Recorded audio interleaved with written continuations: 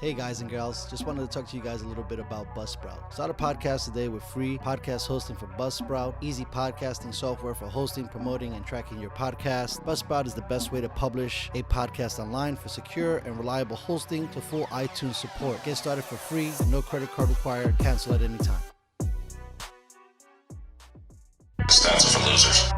That's why we took the damn field. Now, if you want to crown them, then crown their ass. This is what's great about sports. This is what the greatest thing about sports is. You play to win the game. Welcome to the Airin podcast.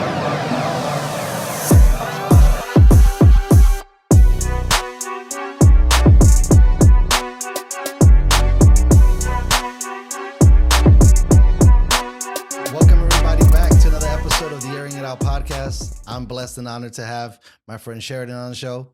What's up, Sheridan? How's everybody doing today? We're doing good, bro. How you doing? Well, I've been dealing with everything that's going on nowadays in this crazy world in which we live. I know. How's that? So, like, you're still doing the liquor rep thing. I mean, the wine rep thing, right? Yeah, we have liquor as well, but it's everything's craft nowadays, right? So we have craft spirits now. But I'm what you refer to as my title, whatever, is a fine wine specialist. Okay, so did that, you only, your company specifically just sells to restaurants. So the business obviously took a hit with the whole shit shutting down, right? Or no? Unquestionably. Right? How did they furlough you guys? Because most of that stuff is like, you're like an independent contractor basically, right? Well, with a lot of those situations when you're a wine rep, or how does that go? Well, Dustin, you actually hit the nail on the head right away with the idea that retail is doing fine, right? So liquor stores, right? And then what we call national chains, you know them as Vons or Albertsons or whatever. So obviously, actually, their business is better than ever. So, and then, I just bought some. And then restaurants, obviously, right. Even candidly, I hope my boss isn't listening, but I told every one of my restaurant clients to use their existing inventory. Don't bother buying anything right now. Just, deplete your inventory. I realize you're not going to make the margins you used to make, but, the old saying, right, is a fast nickel is better than a slow dime. So I'm all about that shit. Trust me. They call that in my neighborhood. They call that crackhead prices. You got to move shit, right? So that's the deal. So because of that, they kept us all on actually to start. But in the eventuality of it all, once you started hearing, 90 days, right. 3 months worth of closures, nuts, bro. Yeah, we have to furlough you. Yeah. So my understanding of furlough, right? Tell me what that means. Well, I have no fucking idea what that even means. My understanding of it, Dustin, is this: they maintain your benefits. So all of your medical, dental, vision, all of that good stuff, which by the way, if you had to pay for it, right, would be very expensive, right? I hear it could be $1,600 a month, depending on, what kind of grade. Right. So I don't have a spare $1,600 to throw around. Right. And if I did, I'm not certain I'd spend it on that. Right. Anyway. That's what I was going to say. Yes. Yeah. So the point being that then you're able to collect unemployment. Mm-hmm. So then you start stacking some of these things up, and this is I promised you I wasn't going to get too political. It's okay, don't worry about it. I know. One of the this things is what happens about what you're asking, I assume, partly anyway, is that some people now are making more money with government assistance than what they were making with the job they had. Isn't that crazy, bro? Well, it's kind of, yeah. Kind of like an IQ test, you know what I mean? I pay you $1,000 to stay home a week, bro. Right. And you're that's welcome. $200 more than you were making previously. Right. If that. And you're not paying for childcare now, dude. Right. Yeah. Actually, you might want to still pay for childcare now because you want the kid out of the house. I mean, imagine the money. I mean, when you think about the reverse economics, the money you're saving on gas and all that shit, because now you're at home. You don't got to do shit. Buddy, I don't want to spend a lot of time on this crap. Sure. No. I don't either. It's just really funny. One last thing I will say to you, even larger companies, right, who have some of the most beautiful buildings in town, right? That's a professional building. Right. And they rent like all of it. Right. Or 3 floors, or only the top floor, or whatever. And it's all plush and put out. And then, of course, there's the cubicle area, which is what I'm referring to. Right. Where everybody comes in there and they got to rent floors worth of cubicles. Well, they've learned that this person can work from home, and I don't need this big professional building anymore. I'll take that little joint down the street and save themselves a ton of money. So you're 100% correct when you start talking about all the incidentals. They add up, and let's face it, business is business, right? So it's all about the bottom line. So for you, right? Because we were talking off air. I like your style a lot. So the hustle and bustle of talking to people and meeting and greeting and all that stuff, it hasn't been around. Have you been bored? You're alluding to the fact that I spent a majority of my adult life in the hospitality industry. Yeah. And so, the eventuality of it all, we like to think we give our heart and our soul to the general public. Remember, this is 100%. A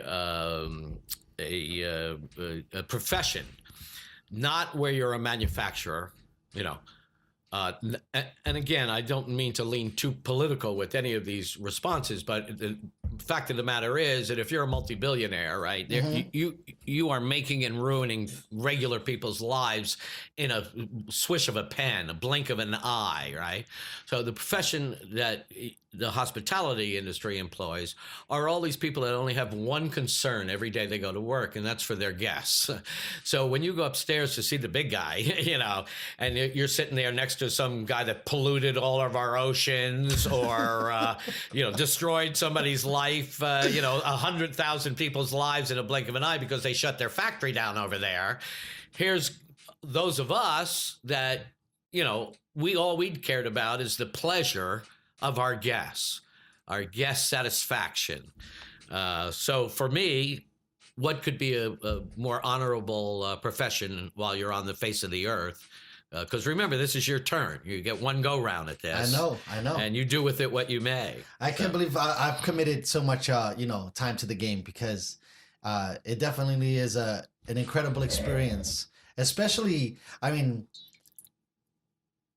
the New York flair to the side of it, I think is totally different. I think being out in California, there's a different style. It's just not similar. I think when you had some of that mafioso and kind of like Gambino, but not in a bad way, but just like that classic style of what New York has been, through the years. And, the Cali guys a little bit more laid back. Just being able to appreciate so many different levels and, from fine dining to the smallest part of it, even like the McDonald's guy, if you're good at what you do, you're gonna basically make somebody's life better in a weird way. It's strange, bro. Like, if you can get the fucking McDonald's order right, I'm so happy, right? And that's the stupidest thing. If I can go to a restaurant and you can get all my shit done right, we're good. I have two sayings that work really good for this one, Dustin. Number one, across the board, if you spit better than anybody, I'd like to come see you do it. So whatever it is you do it. Let's face it, somebody has the world's worst doctor, right? They actually go to the world's worst doctor. Okay. So here's the thing between New York and California, or the East Coast, West Coast scene. And by the way, that's not a hatred. It's just no. I'm going to tell you from my side. Yeah, I'm going to tell you the difference. Again, kind of capsulizing it into this little way we just did with being the best at whatever it is you're doing. Okay. So you can go to a bar, sit down at the bar, right? You have to go to the bar to do this really, but not necessarily. And, the guy's like, or girl, whatever, sitting one stool away. So, they had that little bit of space in there. But eventually you still break the ice with the person, right? And you're bullshitting with about anything, kind of like we are. And then somebody comes in and sits on the other side of, or sits on that empty seat, if you will, in between the two of us, because the place is now jamming. And the guy who you met previously goes to introduce you as his friend.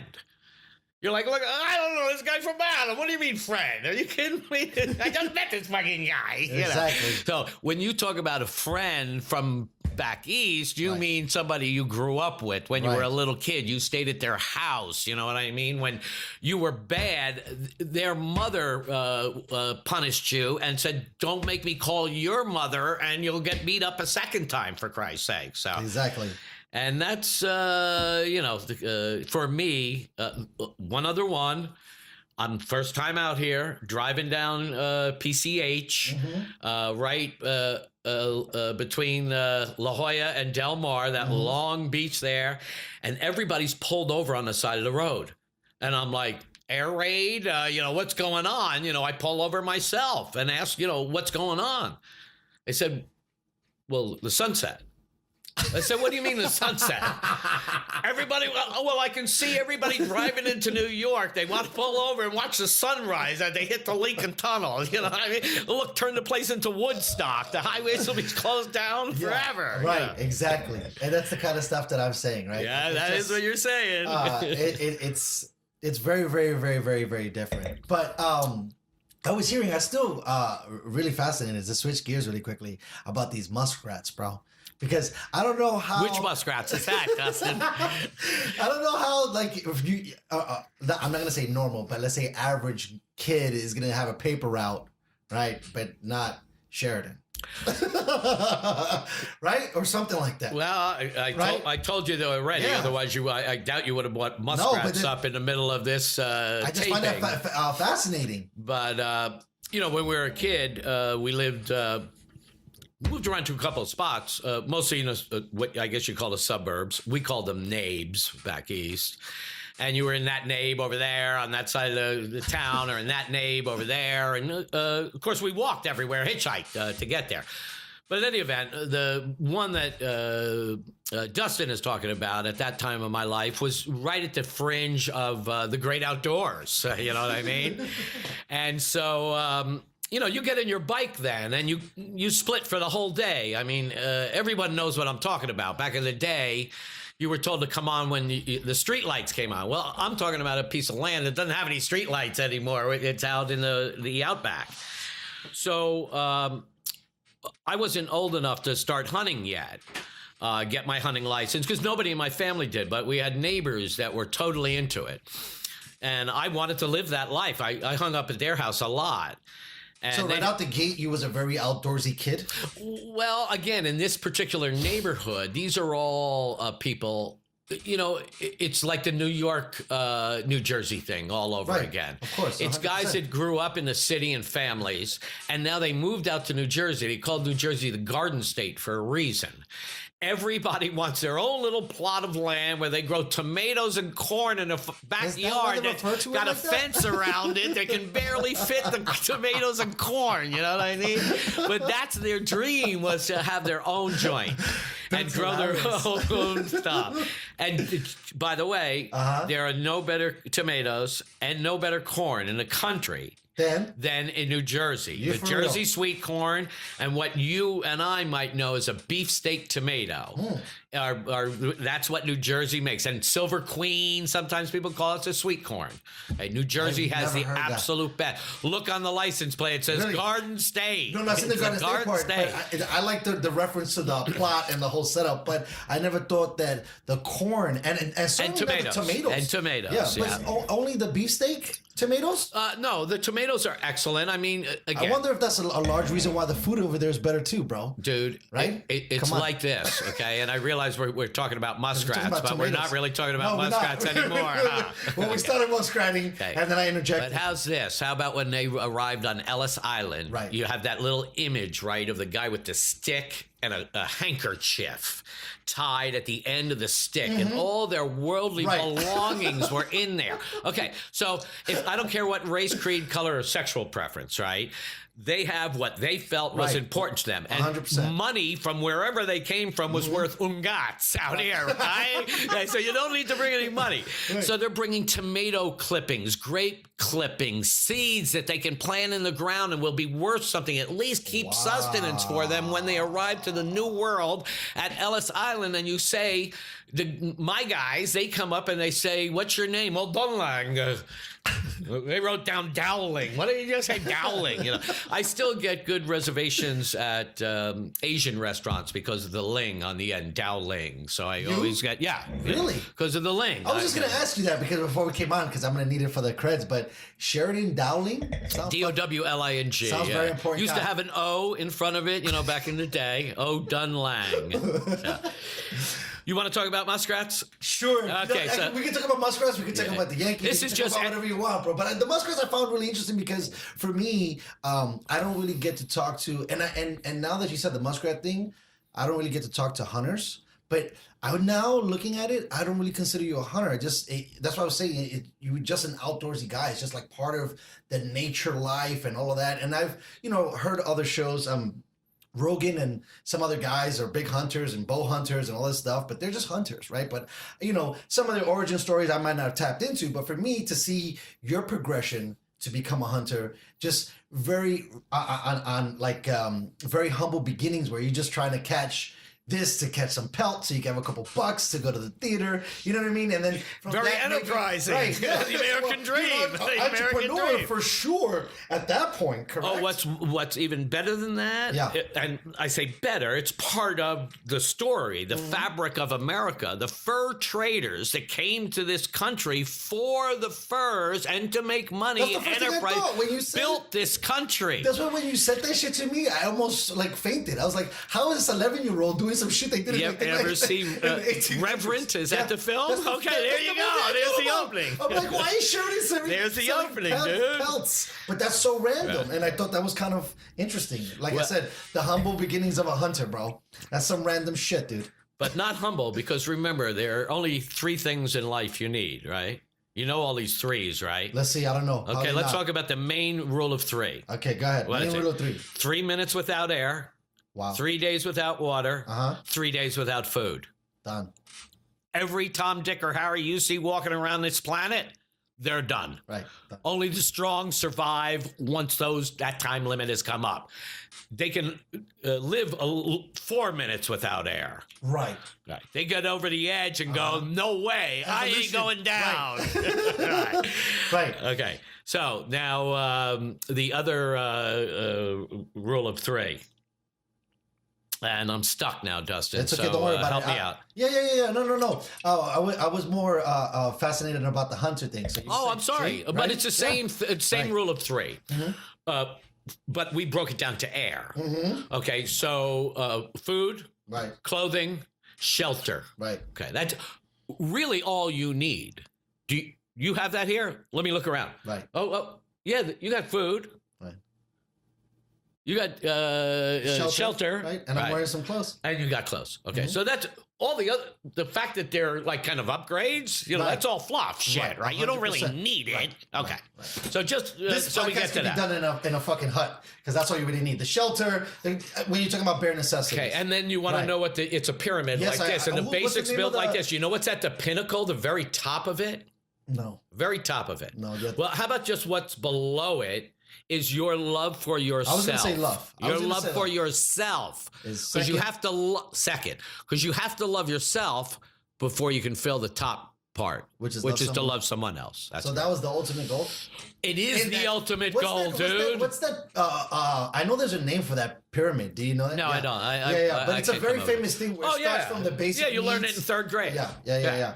But not any longer. No, now you learn that Washington was a pedophile dude. Right, or what bathroom you should go to. That's what you learn. Yikes, really?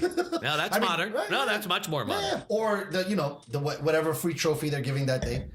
Participation trophy, maybe? Just show up. Thanks for showing up. Thanks for showing up. Buddy. Okay, so here's this one, because I know you want to touch on sports. So here's a segue for you, okay? Beautiful. I love it. And then let's remember that in my day, if you walked around high school with like a tennis jacket or a golf varsity jacket, you get the shit beat out of you. Really? Oh, yeah. That's pussy sports. Those are pussy sports. So if you didn't have football, baseball, track and field, et cetera, et cetera. Right. Okay. So here's how I do it. I get the kids, right? We want to start them early. Okay. So golf ball. Boom. We got the golf. Now, mind you, dude, if we had a half a brain, we said, I ain't going out for football. I'm 5'6", 150 pounds. How far is that going to take me? Right. Now, mind you, I did good I hold records at my high school and That's so the forth. thing, you know, so funny. It's never. What does they say? It's The never fight in the dog in the fight. It's never the size of the man. It's the size of the, you know, right? So, but if we were smart, we would have taken golf because it's a lifetime sport. You can play it when you're 55 years old and still make dough. 72, tennis, bro. well, maybe not so much anymore, but they're non-contact sports. 100%. Okay, so I get a group of kids together. Okay, 60 kids, so 30 on one team, 30 on the other team. We're going to choose up sides.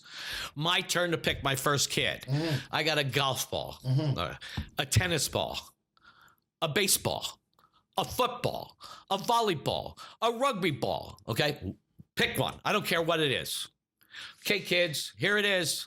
And I'm going to go 1, 2, 3 and throw it up in the air. Whoever gets it, you're on my team. I don't care how you get the damn ball, but the guy that comes up with it, that's my guy. He's on my team. That's amazing. You either got it or you don't. Right. There are no participation trophies here. Yeah. You know, take a walk. You know, if that's what you're looking for, we don't give those out over here. Well, it's so we funny. Give out scars.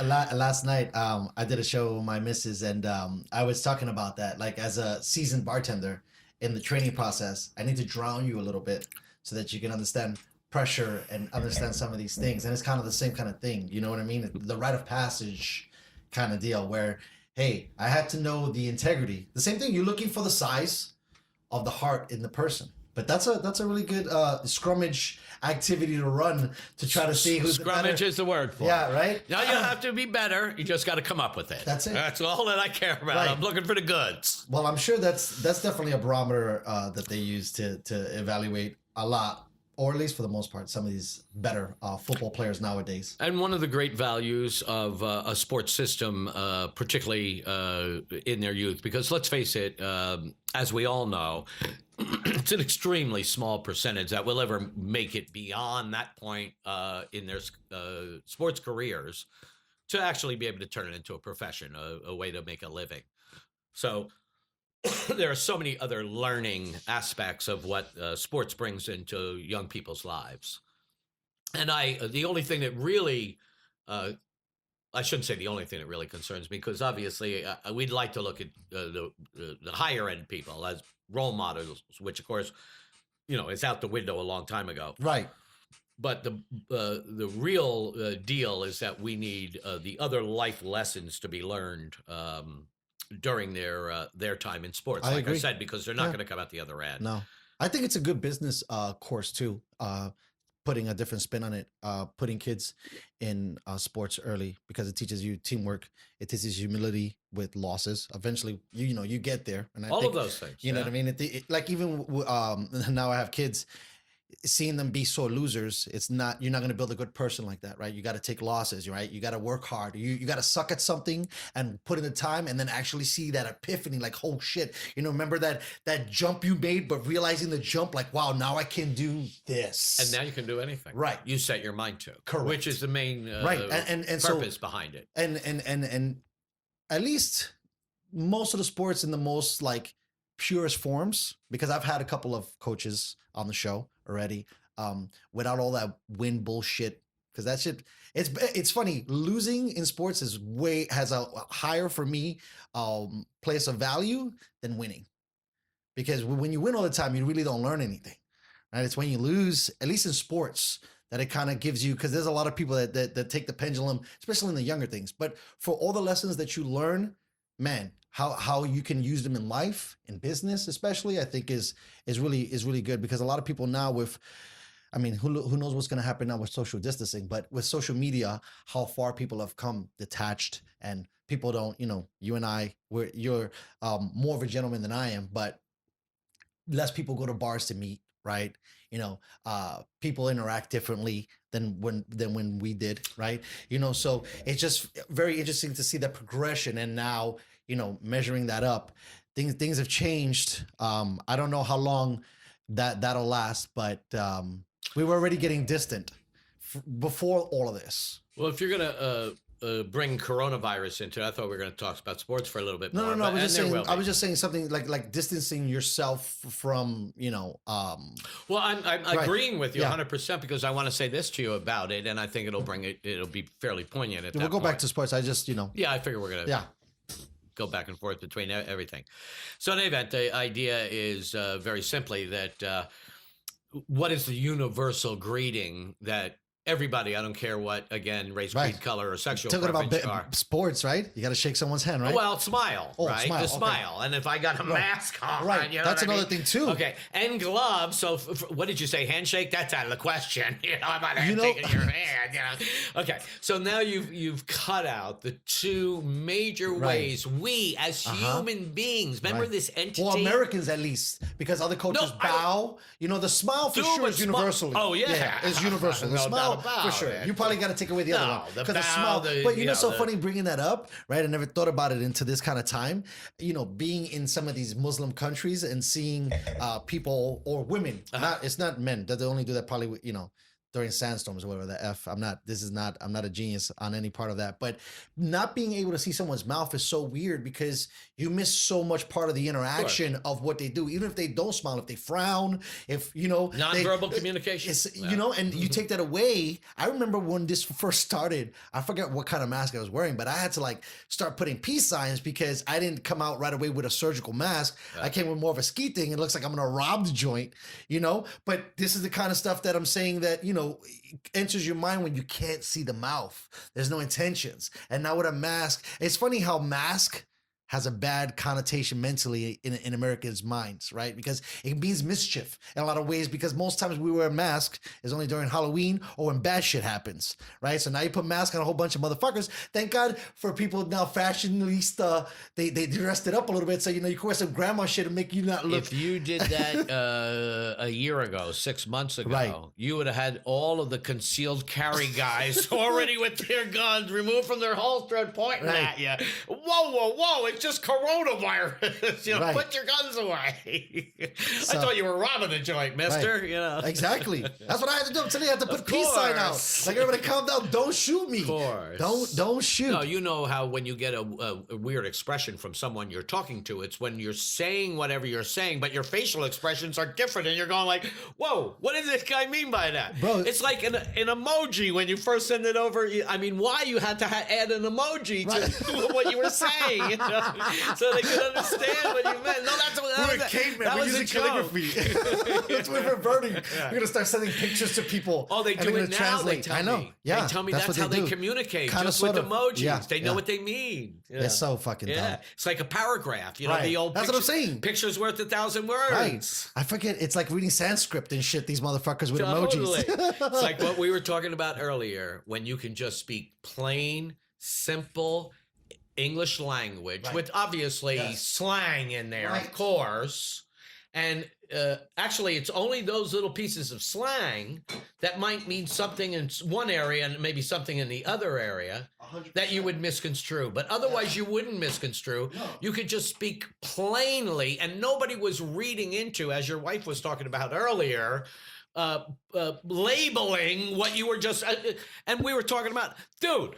I'm talking to my friend over here. Get the Right, hell out of here please. with your racist crap. You know. Well, that's the thing too. Bringing it back Xenophobe shit. to New York, there was much lesser of that, right? That seems a more West kind of thinking, more Cali, because you would get the response of, "Hey, you butt out of the conversation." Let's say as a Northeasterner, in the West Coast, that's usually the Karen or the person trying to push the social agenda, trying to pull you out of a crowd type of thing. Because when we went back, for example, my community and friends, the M-bomb, bro, was used so much that if you took it out, so many motherfuckers would have been offended. Right. Right? Because everybody was an N. It was the same way you say forget about it, Yeah. or some shit like that, that it's just an add to every sentence. But those guys were harmless. They were speaking just regular tones to themselves. Like I said, being able to have a candid conversation without being scrutinized on what you're saying, because you're totally losing context, bro. You have no idea what the F I'm talking about. So stay the fuck out of my conversation. right? Because I'm using dialogue that's supposedly okay with the group that I'm in. Right. And if you want to come in and join the group, This is the rules, bro. Man up a little bit. You know These are what the I mean? rules, Don't, right. You can grow some thick skin. You know what I mean? Come on. I think for the most part, And if I'm not, as we all know, the key phrase is if I'm not busting your balls and you're Yeah. not busting my Right. balls, What I does it say to fucking you, hey, matter? Dustin, are we cool? Yeah. What's going on, big guy? Are you okay? You know, now you got me concerned, bro. You're not beating me up. right? You know. Exactly. So- I know it's so funny. A lot of my friends have always seen, or especially in California, you know, when call somebody up in the East Coast and it's like, you know, what's up, motherfucker? How the fuck you most derogatory thing is that's like your best bud. Homo. I get homo from the guys all the time. You know? Yeah. Homo. I mean, Yeah. if you were to say that out loud Oh my in God! public, It's oh God. right. The one Yikes. I call my brother every time. It starts with "Hello, pussy." Yeah. Yeah. How are you? And he knows everything's cool. Right? Yeah. And normale. and if you said that to somebody else, it's like you I'm sorry. Right. What did you just call me? you're you're heterosexual. Your mother wears army heterosexual. boots. Right. Yeah. I always loved that as a kid too. Right. When somebody, if their last thing, if they want to fight, they say something about your mother. You know. Oh, I yeah. started to see how they would react if I said something about my own mother. Right. My own mother wears army. They look at my brothers and go, "You want to punch him, or do you want me to punch him?" Yeah. Well, that's definitely, I think, a little bit. I wonder. Sticks and stones can break your bones, but names can never hurt you. Well, that was the thing. It's I think freedom of speech, dude. I think there's a lot of comedy to the way you approach things. Have you ever thought about doing stand up or getting into any of that stuff when you was young in New York? What were you? When was the first time, or not the first time? When did you get a gig in New York? Well, remember that I born and raised in Central Jersey, and anybody who was anybody, and I say that's not fair, but how about if I call it that instead? This will be the other end of the spectrum. I'd always see these stuffed suits, you know, with a briefcase in their hand, standing in line up into place, and the bus would come by and pick them up and bring them into New York Port Authority, is, where the buses go. And then Sinatra came out with that damn song that says, "If I can make it there, I can make it anywhere." So I Was said, it a big deal when that song dropped? "Start spreading the news, dude." Yeah, You know, there really? it is. That's how it starts. Was that? Right? Do you know or you remember if that was his first album? Well, do you want to know the freakiest Tell me, thing about it? because I know you know some Okay. shit, bro. Tell me. So I'm managing a butler service for someone you know. Everybody in the world now knows his name, and one of his guests. Obviously, you know that I was in the hospitality industry, so now he's my guest. Right. Is staying in the penthouse, and he's banging this piece out on the piano. And by banging this piece out, he's playing piano. New York. Wow. Dun, dun, dun. I think we all know how it goes, right? Really? Okay, this is great. Penthouse piano. And he's the actual guy who made the song. They say that he gave it to Sinatra. Wow. Yeah. That's amazing. Before we get out of here, Dustin, Tell me. I'll come up with his name. It's on the tip of my tongue, but I don't want to right. jinx myself and Sure. not come up with it. I got you. So in any event, I went into New York City after a stint with a fine dining establishment in my hometown in Central Jersey. My father was a civil engineer, and we were doing the engineering. I worked for my dad doing the engineering. I'm 17 years old. And one of the pieces, we were specialized in building naves, actually. We did track homes. Did all the engineering, storm sewer, sanitary sewer, all that shit. In any event, more to the point is that I worked at this facility that we did the engineering on. I asked my father if he could get me an interview there with the owner. And I got a job in my first restaurant, which was what one refers to as complete silver service. So that means number one is everything comes out on a tray. And I know people, you know, they think of a tray like this over your head. Yeah, and it's made out of plastic. Right. This thing's made out of sterling silver and has a handle on either side. And then the food comes out, and then you have to bring it over to the tableside service cart. It's called a guéridon, and perform boning, carving, or flambeing on it. Somehow, some way, every dish came out on a silver platter, was presented to the guest, and then brought over to the guéridon for boning, carving, or flambeing. And this is the first place I ever worked in my life. From civil engineering, you went to this. Correct. I was a surveyor. I was a draftsman I ran blueprints for my father when I was 14. So when you say run, you mean make copies? Make copies, yeah. Okay, because I wasn't a draftsman. Sure. I just was downstairs in the cellar, hitting the ammonia button on a blueprint so that it turned like a blueprint, like we know from yesteryear. They don't make blueprints like that, obviously, anymore. That's dope. I didn't know that's how you made blueprints. And then I sat at a desk, and I was a draftsman. And so anyway, so then how did you, from that, then you go to this uppity shit? Well, I'm trying to tell you that I wanted to get out of there, so I became a surveyor. We did the surveying on this piece of property that the guy was going to put a restaurant in.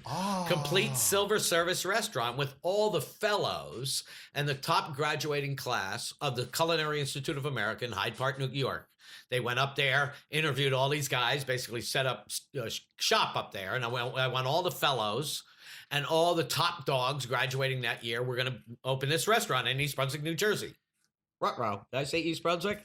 Nonetheless, it's the most refined service, maybe, that I've even done to this day. To this day. I mean, it sounds phenomenal. So now the Helmsley Palace in New York is going to open up. I've seen that. I've never even known that was there. That's amazing. It's the old Villard Mansion, and the Villards built all of the railroads in this country. They're like the Vanderbilts or the Rockefellers, if you will. They built all the railroads, and this was their brownstone in New York, Midtown Manhattan, directly behind St. Patrick's Cathedral, which is important, and adjacent to Saks Fifth Avenue. So at least you can kind of figure out where you are. Okay. And actually it was the residence of the cardinal at one time, because it was right by St. Patrick's Cathedral. So in any event, Harry Helmsley and Leona Helmsley purchased the place and restored the brownstone, the Villard Mansion, back to its original grandeur. And was the only hotel in New York to ever receive 5 stars and 5 diamonds, right? Fuck. And that's when the Waldorf and the Plaza were the big dogs in town. Got you. So this is when you say the best, it's the best, right? Correct. And it's in New York, right? So if I can make it there, I can make it anywhere. Correct. So, you ever hear Stevie Wonder's song where he says, "Hold that bus, driver, I'm getting on that bus." The city, skyscrapers and everything, just like I pictured it. Here I went into New York City, and I've been on that bus ride. Yeah. I mean, I'm from there, but I've seen that as you come in. Yeah. You see it all. Port Authority. Yeah. First, now you got to make yourself cross town. Right. But in any event, so and in fact, I worked at the Helmsley Palace, opened the Helmsley Palace, and worked at the Helmsley Palace for 8 years.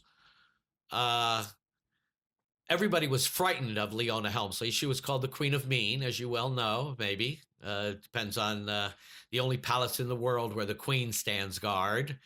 And everybody was frightened of her. I was a dining room, what they call a dining room captain back in the day. So I had a section of areas that I took care of. But whenever Leona came in, it was my responsibility to look after her. Because after all, the maitre d' runs the dining room. Well, I saw 19 maitre d's come through the doors in 8 years that I was there, because every one of them was fired. With one exception, in case Paul Egger is listening to this. Paul Egger lasted the longest of anyone in the history of Leona Helmsley. And in fact, he went to work for my other boss I was alluding to earlier, Donald Trump. So he took care of Donald Trump when he was a little kid running around the 21 Club in New York. And Paul Egger would have to walk over to Mr. Trump and ask him to keep his kids, in their seats and stop them from running around the joint. That's awesome. Yeah. So, okay. We opened, so just by random, I'm not gonna say dumb luck, but by random luck, you're gonna go check out this spot for your pops. Ends up being this property that these big wigs are gonna do some stuff. You get somehow connected to these guys. You start doing stuff, and then they bring you over to the other spot down in New York, and you start fucking around over there too. Again, I'm trying to tell you that I opened the Helmsley Palace. So the Helmsley Palace are not idiots either. What they do is they went up to the Culinary Institute of America and did the exact same thing that I told you that the ownership at this freestanding restaurant did. So my brother was one of those. He was one of the graduating classes that year. He won the Scheffling Award for wine and spirits, et cetera, et cetera. So he had credentials. Wow. But he's still what you call a commis, right, Dustin? What's a commis? A commis is an apprentice, right? So I don't care if you graduated the school. I don't care if you graduated the top of your run. You still got to go through the school of hard knocks or you ain't going nowhere. So basically, you know what I mean? there's a what do they call that in medicine school? Basically, you get an understudy. Yeah, of course. As soon as you're done at these just spots. What you would call an apprentice Right. for a plumber, carpenter, electrician, anything, Wow. doesn't matter. Okay, you got a piece of paper. Now, And let's so- see what you can do. You know. Besides the dudes being killers, obviously, they say heart of house now is a new term. But I was What is just the term? back of the house, heart of house. Oh, back of house. Right, Yeah. those fuckers. Front were- of house and back of house. That's classic. But no. But they changed it now to Heart heart of house. I told you, you need a new glossary of terms to speak English. Right. Now. No. I wanted to, for those that want that, I'll give it to them. The heart. So the heart of house was killing it, right? And then, so you guys at the front lines, right? Besides the wine knowledge, was it just being around these killer cooks and these killer chefs where your food knowledge and your food understanding was just through the fucking roof? Okay, so here's How what did I tell. that school go? Here's how I tell everybody. I say everybody. Here's how I tell, number one, interested parties. Right. And number two, if they want to work with me or you and I are going to have a chance to work together. We're in the hospitality industry. We're not in the food service industry. If they wanted something to eat, they could go to McDonald's. So we're here for all of the other reasons. Now, it would behoove us to know a little bit about food and wine, since that's the medium in which we work. Right. In fact, it is our magnet for pulling them in. Facts. right? It's a little important. So it's important to know a little bit about those things because, again, that's what we're getting. Now, if you're... the difference between a gourmet and a gourmand. Do you know what the difference between a please tell me. gourmet and a gourmand is? No, is it? Okay. So a gourmet is someone who actually cooks. Okay. Okay. A gourmand doesn't cook. They just have dined all over the world at the finest places. So if nothing else, they put it in their mouth and they've eaten in, some of the best restaurants in the world. They know. Well, Ish. I leave it to you to Right. say, does that person know? Or is it the guy that cooks that knows? Well, I thought you were referring a gourmand must be a negative connotation. No. Oh, no. So positive. No, I'm just saying because I think if, like for me, right, it's similar to you. I mean, I didn't come out the gates that refined in my restaurant beginnings. Yeah, of course. But once I Most did, I realized like, holy shucks, there's levels to just eating, right? Same reason why, hey, if you want to go to Mickey D's and shove a burger down your face and look like an animal, that's fine.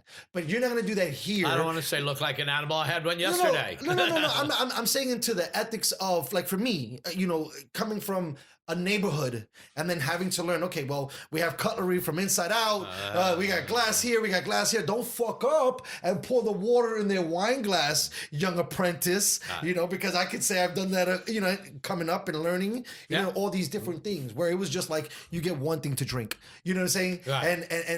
And understanding that there's a way to do this and someone has refined it. So for me, the gourmand, I was thinking more of like, once you start to train yourself, you're probably, I'm not going to say just as good because you don't cook it, but you understand the process. You understand what it's to taste like, what it's to smell like. I mean, if you're eating at the best of the best, if you're white tableclothing it most of the time when you dine, you're clued in, at least a little bit. I mean, some people are obnoxious, but I'm talking about like critics and reviewers and people that are food enthusiasts, wine enthusiasts, drink enthusiasts, because I always talk about that word. I like that word better because it makes that person seem more Open-minded. Right. Yeah, they're going to try it and make a decision.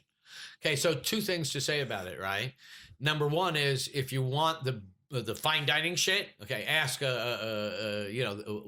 if I open up my new glossary of terms, I think they're called elites. Okay. The elites. Oh, right. right. Okay. But if I want good barbecue, I ain't gonna ask them. They ain't been to a good barbecue joint in their whole life. I'm gonna go to the truck driver, the truck stop, and bang on the window. You should probably sleep up in a cab in the back.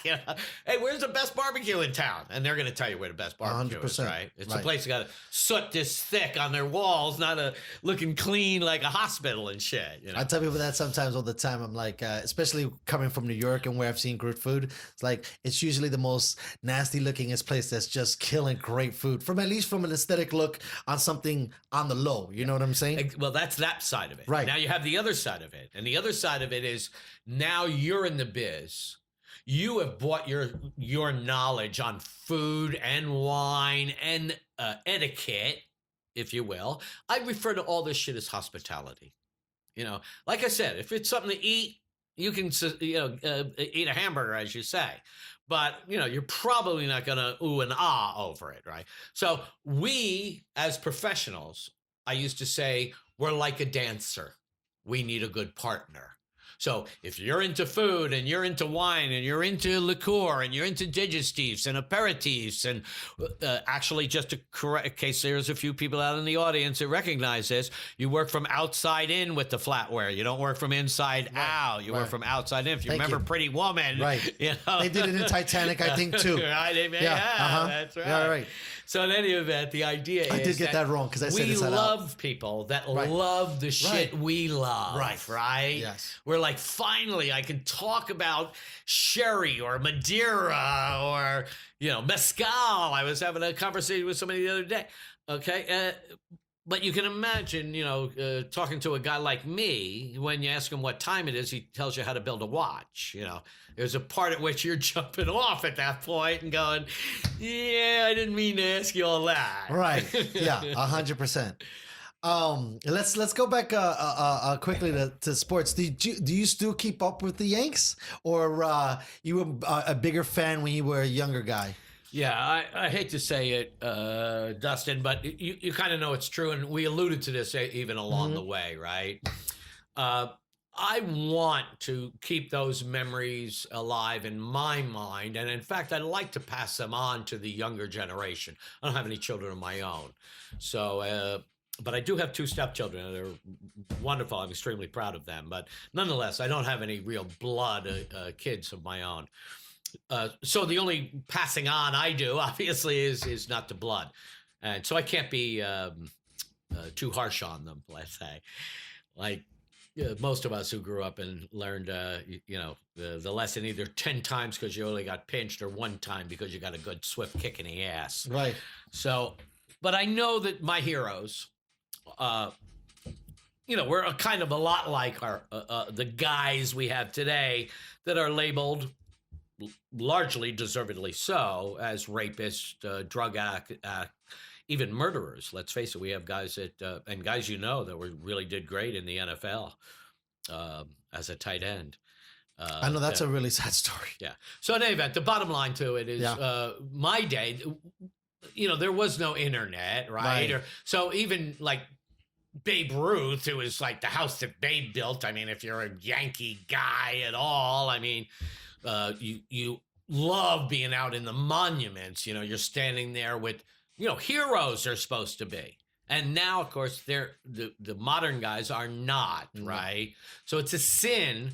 And I'm sure, like I said, I bring up Babe Ruth because we all know he caroused late at night, or like my buddy Paul Horning would say, the Golden Boy. He says, long after my peers were in bed, I was still out practicing my moves. But of course, he was talking about blondes. So slightly different, you know what I mean? But it just goes to show you they were human as well. Right. But in my mind, I look at them as real role models for young kids. So that's when I think of sports, that's the part I want to really try to keep alive, other than the stuff we talked about earlier, which is their life lessons. Their lessons of getting knocked on your ass. Even if you think you're the biggest, baddest mother dude that ever walked the face of the earth, that was me at 12 years old. The nuns couldn't control me in Catholic school, and my parents shipped me off to military school. They gave me 2 choices, Valley Forge. This is real? Or Miami. I said to them, this is one of 2 things, either an IQ test or a history test? Because I know George Washington lost 2/3 of his troops at Valley Forge. Give me Coral Gables. And I went to military school as a young kid. And fortunately, they taught me I wasn't the toughest motherfucker to ever walk the face of the earth, because I love to fight as a kid. I'm an Irish guy. We love to fight. I would be over at the O'Connor's house, right? 11 kids in the family. Okay. They had a basement. You all know what a basement is, right? The old man would take the 2 oldest boys downstairs and slap fight with them. The 2 oldest boys would have faces that look like tomatoes. Okay. The old man would leave and let the oldest son now beat the shit out of the younger son. Then he would grab Danny, who was the next youngest child, by the scuff of a collar and the seat of the pants, and throw him down the stairs into the basement. Wow. Where his older brother had a chance to beat him up. Well, my buddy, Tommy, he was the youngest. So Tommy and me, he loved to fight. The first thing he'd do to say hello to you is, bam, hit you. Fuck, Tommy, you son of a bitch. Bam, bam, bam. And we start throwing hands. So, again, a long way from sports, but it's that's good. It's still all part of it. For sure. That's insane. And as far as I'm concerned, if you talk about Yankees, it's Yankee baseball. But remember this. Okay. My hero's Mickey Mantle. Right. But that's my era. I grew up with number 7. Right. So when I say something to Mick, I say, hey, Mick, you're my man, the greatest of all time. You should have seen this guy over here. His name's Joe DiMaggio. You should have seen him play. Okay. My brothers and I went up to Angel Stadium up here. 4 of us. Oldest to youngest. We all got New York Yankee jerseys on. Okay. Ruth, Garrick, Mantle, and Barra. And we arrived a little early, and everybody that was going into the stadium asked if they could please take a picture of us. So we all stood there facing the camera of the guy who wanted to take the picture. And of course, every one of them went, turn around. I ain't interested in your ugly mugs. I want those heroes on the back of your jersey. And all those numbers all those jerseys you guys had where it was just the number, right? Or was it the name on the jersey too? No, we did it purpose. My brothers got ones with no names. Right. Official, if you will. Yes. But that day we all wore names so that everybody could say, gotcha. Because there's Mantle. Right, because you have to be an educated fan to know, right? That's only a Yankee. I wear my Mantle jersey at Padres Stadium, whatever the fuck they call that. And back in the day, they were heroes. The stadiums were named after heroes, okay? Sports legends. So just think of what this does to the younger generation. We destroyed that guy's name. We don't care about that. We put a company name on it. Now they're not aspiring to be Michael Jordan or Lance Allworth or Muhammad Ali. They want to be the CEO of Google or Yahoo or Facebook. They don't care. They think accomplishments means you're a billionaire. I heard that, what's his name? Bill Gates woke up the other night from a nightmare, pure sweat. He thought he only had 48 billion left. Right. That would be concerning for most of us, wouldn't it? 100%. Yeah. I would lose my shit. How do you keep track of 48 billion? I don't even know. I'd be up all night. Well, I just heard, I don't know how much reading you do. I think 2026, Bezos will be the first trillionaire. Wow. Isn't that wild, bro? No, dude. We can't even keep, you're talking about billions. Now guys are raking in trillions. Oh, we were talking about that the other day. Raking in trillions. $1 million, think about it. It doesn't mean anything anymore. Well, how about this? You and I, and most people we know, I'll say, if that's fair. Yeah.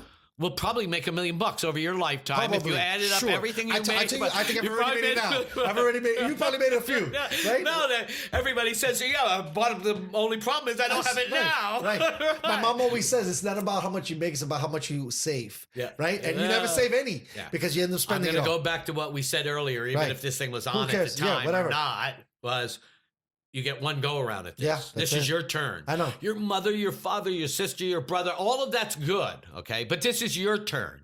And God forbid your mother, your father, your cousin, your uncle was in failing health and you gave basically your whole adult life to caring for that person, okay? Now, if you did it selfishly and enjoyed it and feel good about it, God bless you. But if now you're going to bitch, piss, and moan about it, fuck you. You know what? You should have lived your own life and left that person, because we all just get one go round. You know, you could be the best parent in the world. Okay. If you have a kid who's a drug addict, is that your fault? You know, you did everything right. Dude, you know that just the fact that we're born in this country, we're already lucky. Okay. Then the fact that we're born white, you're even luckier. And you know I'm not a white privilege dude, because I talked to you about going up to LeBron James's mansion with a family from Appalachia and going, hey, Mr. James, can you explain to my kids about white privilege? They don't get it, you know. Right. But now, as I've gotten older, I've gotten to meet a lot of people over my lifetime, as you can well imagine, just like everybody else. And I realized just how fortunate I am.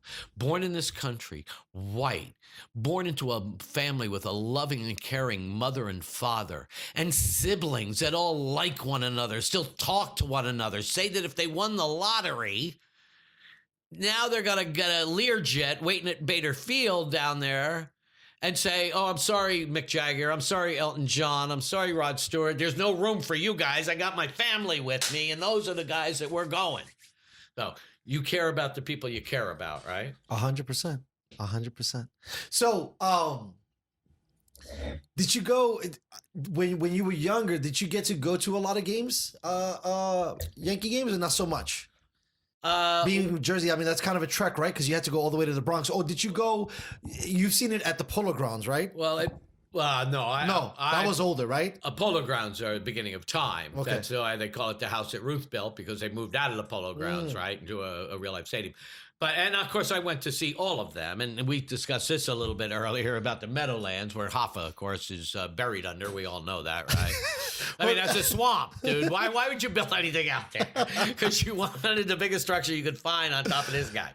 Anyway, bottom line is that I don't like the Giants and I don't like the Jets, although I've loved the Giants and I've loved the Jets over the years, but I love them for Weeb, Eubank, and all of the great players that played for them over the years. And so in any event, but I hate them because they both play in New Jersey now, and neither of them have enough balls to call themselves the Jersey Giants or the Jersey Jets. But New York will always be New York for me, best baseball club of all time, greatest baseball club of all time. But I also, God forbid, been to Shea Stadium back in the day. I'm not even sure what they call that now, IBM, or what company is that named after? But I must tell you that, of course, a lot of this is a big deal because a lot of fans are from the tri-state area anyway, right. Any New York team, back in the day, especially before there were any teams from Pennsylvania or New Jersey, God forbid, So there was a thing when you got back out to your car, all four tires were slashed. And sitting right next to it is, of course, the tire repair guy, So he's like, oh, what a shame that happened to your car. I got a tow truck right down the street and some fresh tires to sell you if you want. So it's kind of like when we were kids and we used to go into New York to, have some fun. So we used to take my mother's station wagon in there and cruise up and down Lexington Avenue and talk to all the hookers. We thought that was great fun, especially because you could do all that stuff before you even paid, Oh my God, okay, that's so what awesome. do you get? 5, 10, 15, 25 will take you, a suck fuck will take you around the world and back. So same kind of thing there. You always took advantage of us naive young white boys from New Jersey when we were in New York. Preyed on us. It's kind of like you walk into Port Authority your very first day and start looking up at the buildings. You'll have somebody around your thigh grabbing your ankle and shit. You got to get them off of you before you can walk any further because they can tell right away you're right, not from there. You're in a city. And in fact, if you go out into the country, guess what? You're called a flatlander, right. And you don't know shit from Shinola out exactly. there. And then before you know it, you're squealing like a pig. Right. So you were saying, we won't get into it too much, but where Hoffa's buried, was the Meadowlands the house when you were watching football? Or did they not move there yet? Yeah, actually, I saw the Cosmos back in the day, right? is a soccer team, which maybe I need to say football to bring some of you, Right. Guys that aren't into American football. I call it football. I call it international football, and I call it American football. That way, both parties get the love. Get the football. Right? Yeah. All right. So in any event, I was there when Pele scored a hat trick that day, and live. Just like. Exactly. When I say there, I don't mean like spiritually. No, I get it. That's amazing. Yeah. Well, I'm 66. So I get it. But so that's what I'm saying. So I go back to the Generals Day, the General football team, the American Football League with the Generals, New Jersey Generals, when they played in the Meadowlands. So that's what I was going to say. Okay, so the Meadowlands, right? Yeah. So were you already, let's say, 10 and it was already built? Or how long has the Meadowlands? I don't know if I could come up with the... No, but as far back as you can remember, that stadium has always been there. No, it was built while I was a kid. That's what I'm saying. Okay. Had to get Hoffa under there. That's what I'm saying. Right. That's what I'm saying. So that's what I'm giving you the thing. Yeah. So what, in your 20s, it was already jiving? Well, when I was a teenager, it was already there, and I was going to already see Pele and Canalia, Bexa. So you were an international football fan, or you just went just to go? Okay, so you remember me telling you I went to military school? Correct. Okay, so I was 12 years old. Mm-hmm. I wasn't allowed to play football. Mama, or by military, the school standard? What do you mean not allowed to play football? Who didn't allow you? The school. Right, that's what I'm saying. By the academy. Yeah, by the military academy standard, they said you can't. Ironically, they taught me how to box. Okay. Not bad. Yeah. Wrestle. You're useful. Yeah. All useful shit for you. Especially for a guy that wanted to fight. It's going to come in here. Football, throwing a football, not so much. No. Hand grenades? Yeah, maybe. Rocket propelled. I mean, it makes sense. Right? Definitely does. So in any event, when I was in military school is when all of that came down. And so your buddies or your confidence at the time. Soccer, sorry. Soccer was one of them as well. Dude. Milk, white toast from New Jersey, Irish American Catholic right, that's what I'm saying. And I'm sorry, I took this for granted, okay? And it's terrible that I took it for granted. I went to school with every South American country known to mankind because every one of them in Central America and South America periodically were taken over by dictators and so forth. Right. So and the rich people of that time, group, era, sent their kids off to private school and thought it might be good if they go to military school because we might need to have a coup and the kid needs to know how to do this shit. Okay. So here I am. That makes more sense. Playing center forward, but still had to yell out, Centrala, Aki, because give me the ball, dude. You know what I mean? And I'm the only white guy on the field because everybody else is speaking Spanish. In fact, it's when I learned how to say words like coño, maricón, you know. That's pretty good, bro. Yeah. That's crazy. So dang. Wow. Pretty fascinating, bro. That you could go went so to military fast. school. Yeah. Well, just through so much, right? You know, young man, trying to make some money on pelts, ends up in military school. Ends up, I guess, because for me, I fell in love with football, right? I remember watching a guy and then I was like, wow, this is amazing, right? As any football's my favorite sport. No, but for you, was it more that it was you playing it and then that's why you guys were like excited about the Pelés and the guys of that era? Was soccer like popular amongst the groups or not really? No, it's the only thing they let me play. No, but I'm saying in the sense of watching it because you were trying to be a fan of it. Was it football? It's always been my favorite sport. But you're talking about American football. Of course. Right. I'm talking about international football. No, I told you. Right. I only played it because that was the only But you say you seen Pele score. That's a soccer player. Is that not? Dude, there are two people that walk the face of the earth other than Jesus Christ. I'm just making sure, bro. I'm just checking my stuff. And it ain't the Pope. We've learned he's a pedophile now, or at least condones it. Wow. Okay? Is that a fact? I don't know. Is it a fact that they're pedophiles in the Catholic Church? No, that's a fact. Pope that's overseas? A fact. Yes, that's a fact. Yeah, actually, you're right. That is a fact. But there are two people that everybody in the world is going to recognize when they walk into the 7-Eleven, the laundromat, wherever it is. One is Muhammad Ali and one is Pele. Wow. Name me another one.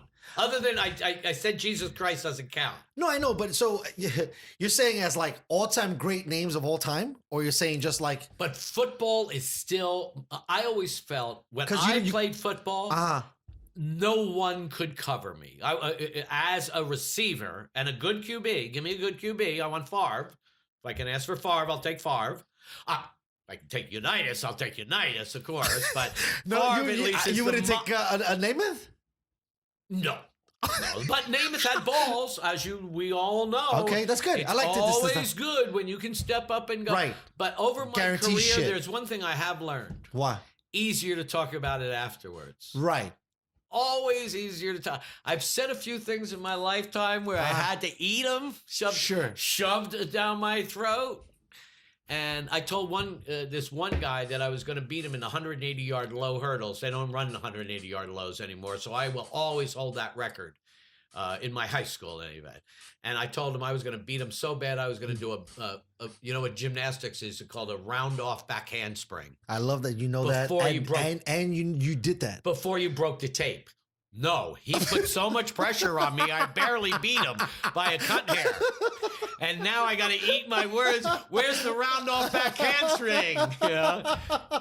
Okay, one other thing that I know you do know. Okay? That's hilarious. This is good. Every 4 or 5 people in my family with my name Sheridan. Okay. But in our family, we're all called Sherry. Sherry. So if you ever heard of a boy named Sue, you're looking at one of them.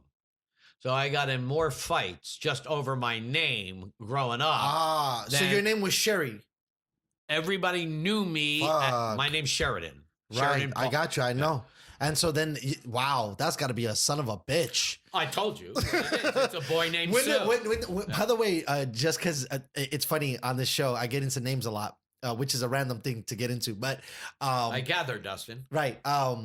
When did you start feeling friction from the name? Right out the gate, like first grade, second grade? Or like was it more fourth grade, fifth grade where kids become a little bit more shittier? Or it was right out the gate for you? Of course. A couple of quick ones for you. Number one, of course, is that little outfit they used to put me in, you know, with the green short. I mean, what do I want to call it? Mousy gray shorts, long kind of shorts.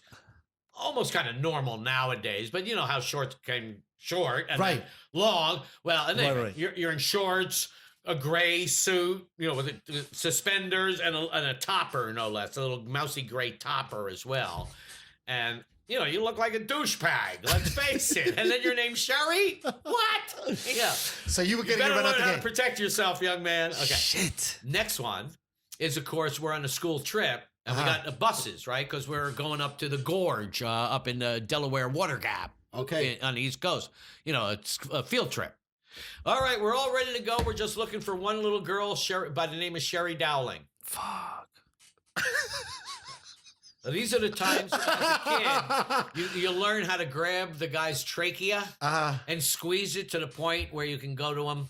I can't really hear you anymore. What were you saying? So son of a you got to learn to bitch. be a bit of a tough guy, you know, at an early age with a fucked up name like that. Jesus, they gave it to it didn't seem like they served it to you too easy. You know, as much as you say you're blessed, there were some disadvantages to being blessed. So it was like, hey, you can get all this perfect stuff. You can come from the little bit of a privilege, but you're gonna earn your keep in a different way. You know what I mean? We're gonna give you something to scrap about for a while to try to build integrity and some fight in you, which I'm sure served you well. Again, to the name thing, when did you switch gears and be like, fuck this, I'm going Sheridan? What's the Sheridan shit? I went out through of high school? I went through a number of derivations, as you can well imagine. So Sheridan, Sheridan. So we tried Dan, and then it got to Danny, and I'm like, fuck this shit. Right, you know? That sounds a little lame again. Yeah. And so I changed it like, you remember Sonny and Cher? Sure. I mean, I don't remember them, but I've heard of them. I changed it to Cher. With an S, though, of course, for me. She's Cher. Mine was Sher. And you know, and so motherfuckers be like, yo, what's up, Cher? Right? Cher, type of shit? Sure, yeah. And then you know what the boys call me that I work with now? That's pretty crazy. S-Man. Right.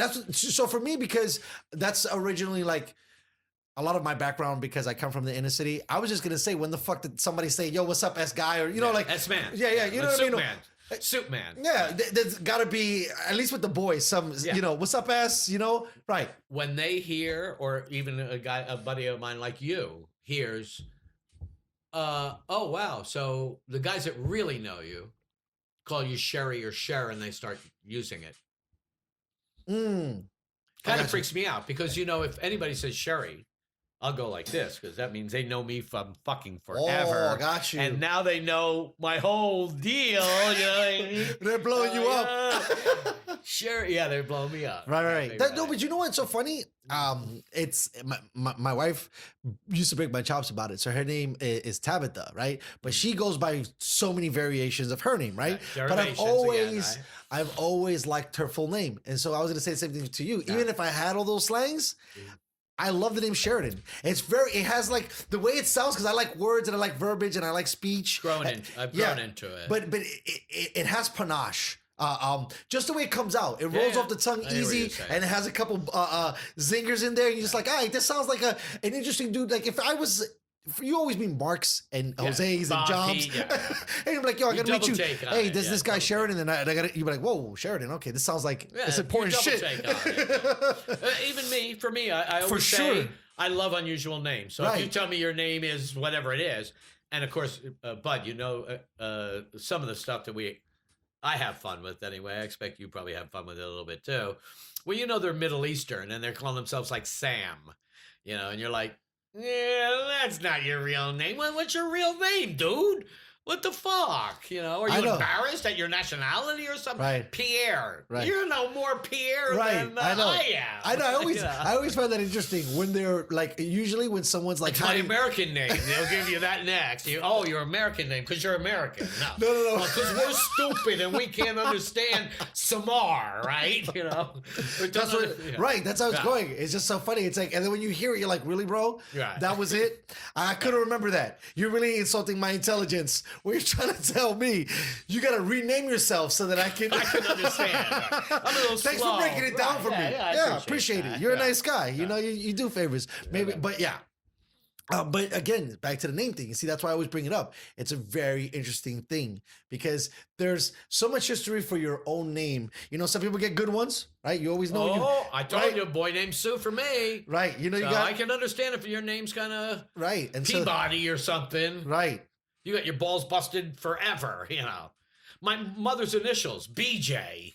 Of course, nobody probably ever called her that. Her name was Betty Jane. Right. And in fact, she had the second most common name in the American phone book at one point. Well, it's so funny, too, when you hear it, right? Back to like the way it sounds. Betty sounds delicious. You wouldn't want to say anything else, right? Because Betty's cute and wholesome. And it's a nickname already. Name, right, but even if she had, like, no one's going to take the time to put the Ann. If it's Betty Ann, Betty Lou, Betty Sue, right? You just Betty, and you got it, right? Yeah. Usually Betty is actually, for the most part, a shortened version of somebody else because usually, like, they'll have a vet or Beatrice or something like that and different versions of it. You know what I mean? That's right.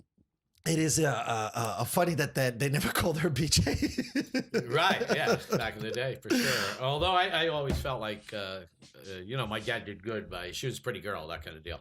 In any event, I wanted to say one thing about coronavirus, if I'm allowed to, buddy, because it's more of a thing about the universe kind of shit that we've been talking about, that is a non-political aspect of it. So I'm hoping it can be Please, go ahead. appreciated by everyone. And that has to do with the fact that 100 years ago in this country, now remember, this is 100 years ago, right? So it's whatever it is, 2020. So I guess we're talking 1920. And I could even go back further, which would probably be more illustrative, that most of us would be working in the field, planting crops, plowing the land, maybe be a miner. You'd be a coal miner in a coal or a manufacturing plant or in a steel mill or whatever, right? And over the course of the day, or should I say eventually, like if you're out on the farm, here comes someone, without sounding too sexist, your wife with a picnic basket and your lunch in it, right? And I don't know, you've been out there since daybreak, so you probably peed once or twice. You might even did number 2, who knows? It's a long day, right? And I don't remember any hand sanitizing stations out there then, you know what I mean? So I hate to say this, but I believe that in modern society and which we all live now I'm not talking third world countries, but go to anywhere in Europe and Christ, you want to see Lamborghinis and Maseratis running around every other car, go to Saudi Arabia. So they're not even, okay. Right. But we're way too sterile of a society nowadays. We get sick from a little, there's, as a wine guy, I know there's yeast right here. They're naturally present everywhere. I could get sick right now if I got it in my nostrils, right? Because that's the main test is the nostril swab, right? So, dude, we got to get over that shit. We can't be getting shots every year of stuff that I remember when I was at the Helmsley Palace, I was looking after this guy, one of my guests, right? Older man with his wife. I think there was three couples, so a party of six, all of that era and age. I was a young man back in the day. And the guy had all these pills lined up, next to his plate and his flatware and his glasses and Limoges and Riedel and, all this fancy stuff. And I asked him, I said, sir, may I ask a favor of you? And he looks up at me and he goes, of course, young man, what can I do? I said, would you mind if I took your order before you ate all those pills? And of course, he looks over at his wife like with daggers in his eyes going, and your body just goes, hey, you no longer have to start producing vitamin C or D or E anymore. I got you covered. I take it in a pill every morning. My wife looks over my shoulder so I don't throw it in the trash, and I eat it. Dude, you've watched TV, right? So you've seen there's every kind of medicine, prescription drug out there you could imagine. And of course, every one of them, their worst side part of it is their side effects. The side effect that I think is most cautious is the one that says sudden death. You remember after the long list, then they also give you sudden death? That can't be as bad as my athlete's foot. You know what I mean? Seriously, bro. So, I mean, we're way too sterile. Coronavirus is something that has affected us. well, you know what I think? I think it's weird because when you look at the social economic turn, right? As much as the middle class has been squashed through the ages, I would like to say that the poor class has kind of come up too now, right? Because when you think about poor, especially 20, 30 years ago, it was a different kind of poor. When you're talking about a poor now where everyone has an iPhone and everyone has Wi-Fi access and everyone at least has some kind of device that they can do stuff and learn stuff, right? That's not what poor was before. Poor was, bro, we got a couple of tables. I mean, I don't even know what our entertainment is. We're lucky we have one TV. There's one remote. With the coat hanger hanging out right, of it. If the TV was the guy, right, there was a pecking order on who watched the TV because for sure it was Pops out the gate. Right. And then whenever I let you motherfuckers scraps, you bitches can watch the rest. Because I don't even think Mom maybe had juice in the right. But that's only because Dad was away and the kids were at school type of shit, right? 100%. So she didn't get it. It was just what was available at the time. Because if Pops was in the building, nobody's here. his thing would get back in. 100%. But so for me, it's crazy to think that we've gotten way softer, right? On the same pretenses of what you're saying, right? So as we've gotten more aware, that's been, I think, a downfall. It's a byproduct of all of this acceleration of cheap goods that do so many things that we weren't even used to doing. I mean, when you can buy a device, right? Plug it into your shit, whether they're listening to you or not, whatever that shit comes with, and you can give it an order list. You can tell it when to order your stuff. Put a fucking program, call it up because you forgot something, and it puts it all into this thing, and you get goods delivered to your door. Okay. You know what I mean? That's a totally different thing than what they were used to being poor. An average Joe that's making, let's say, $30,000 a year has access to just that thing. So when you have access to all this shit, I feel like we forget that you gotta sometimes rub some dirt on you and kind of realize that, hey, we don't all have to stay home and get our lives delivered to us. Okay, how about this one, Betty? You ready? Mm-hmm. Okay. Minor little scenario. Probably won't take long. Go ahead. The power grid goes down. I know. That's so scary, bro. Whoa. We're not even there I know. yet. We have Just one thing gets me so scared. We have candles now, or a lantern. Sure. A couple of people have headlamps now. They're all having fun. Right. The first 3 days is Great. fun. Yeah, it's awesome. It's awesome. Okay. It's awesome. 5 days talking into about- the program. Right. Oh, you forgot your toilet when you flush it, it doesn't come back up. You forgot that when you turn on your faucet, it doesn't come out. Your shower doesn't work anymore. All the shit. Okay. 2 weeks into the program now, you go up to get some more gas. Wait, the gas pumps don't work anymore. Okay. Right. You know what happens after that? Let me hear you say bedlam. I was going to say the end of the world. Okay, right. And I was going to say the end of the world. that is going to creep because it's going to creep from the city to the outer areas That's why of you the said city. you've never been to here. the suburbs. That's why I'm happy to be here because I'm already in the sticks. The effects, I'm going to see it before I can leave it to the mountains. Well, I've positioned myself kind of a little weird. You got it back door. I've already worked on my Right. zombie apocalypse Right. escape plan. But you know how quickly it'll happen to Oh, 89% Right, I of know. the normal Bro, Joes? listen, we just talked about, I don't want this to show to be centric NYC, but my whole family's still fucking there, bro. For creeping, it would happen. Dude, you know who's going to have the upper hand on the people in the city immediately? The homeless motherfuckers. They know how the whole thing works. We go over here to get that. We go here to get that. We get here to stay away from the trouble. We go here to go that. And then it gets more important from there. Again, getting back to those basic needs in life. I know. Just think about how many people are going to be moving out of New York and New Jersey or I already any looked. city they ever lived because in. I'm so fucking dialed in. I take breaks, but for right now I'm pretty good. They were already saying that there's been a downcrease in occupancy in NYC, which has already caused the market to reflect that in the sense of rent is going down. Rent is going down. It's going to be cheaper to live there, especially in the city, because motherfuckers don't want to be there.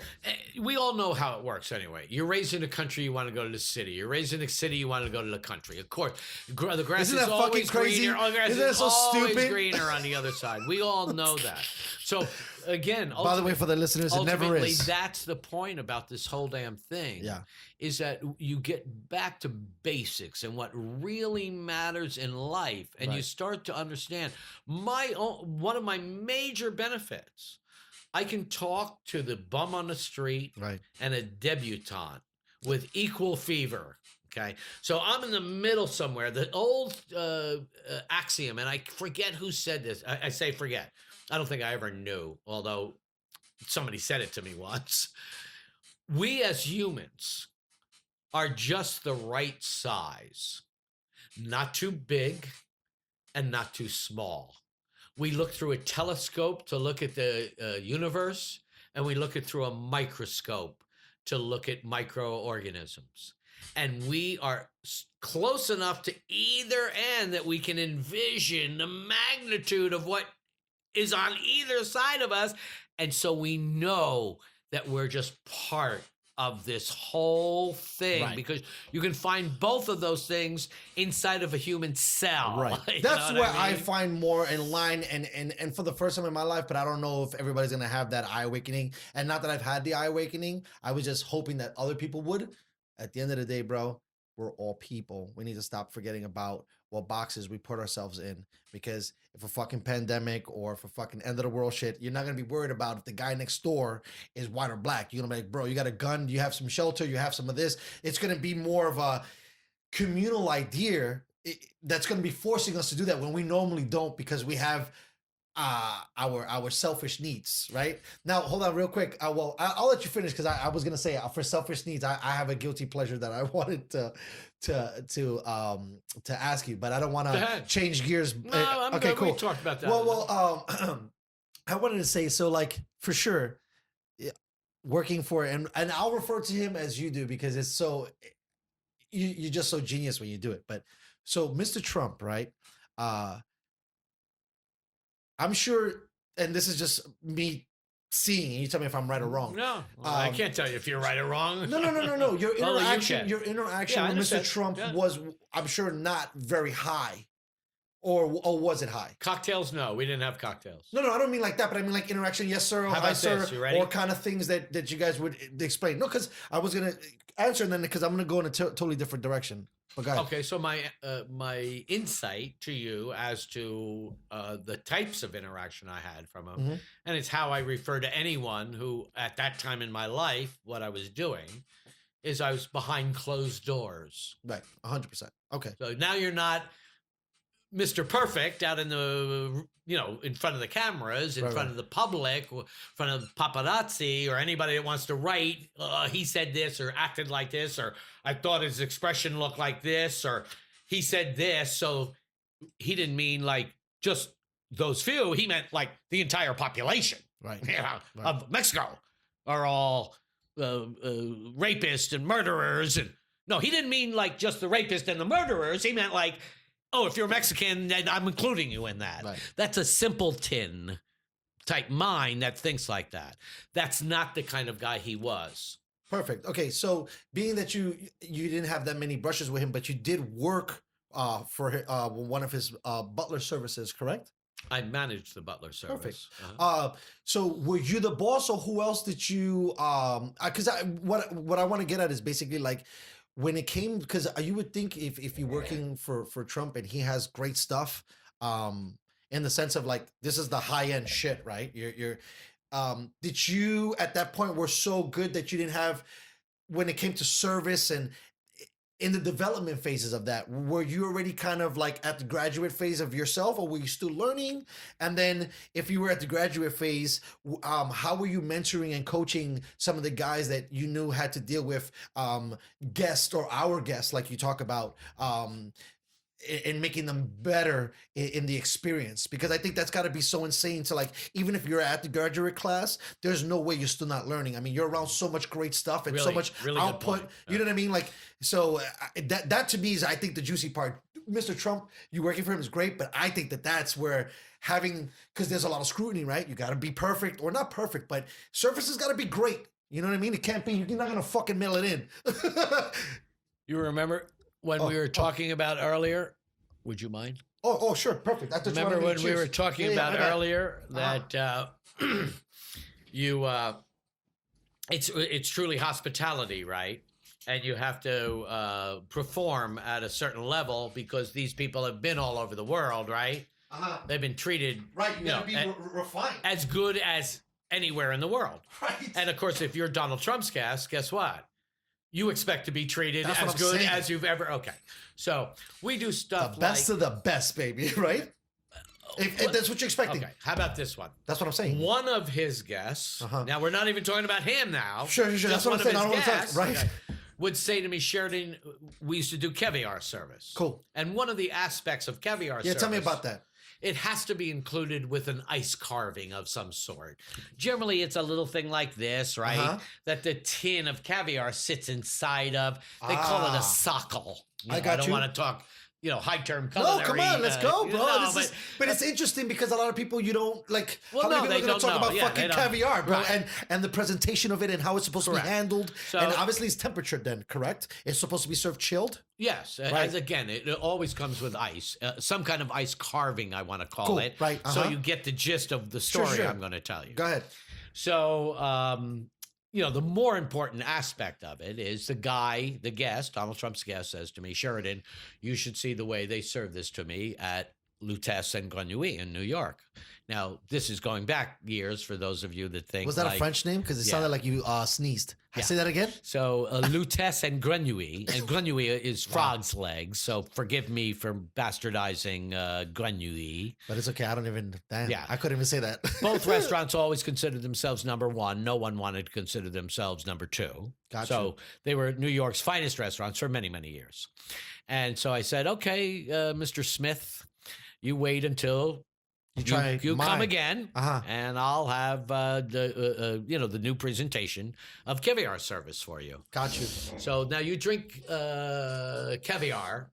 If you're a Louis Roederer, you developed your best one called Cristal. Wow. For a Russian czar. Shit. Which of course is one of the places where caviar comes from.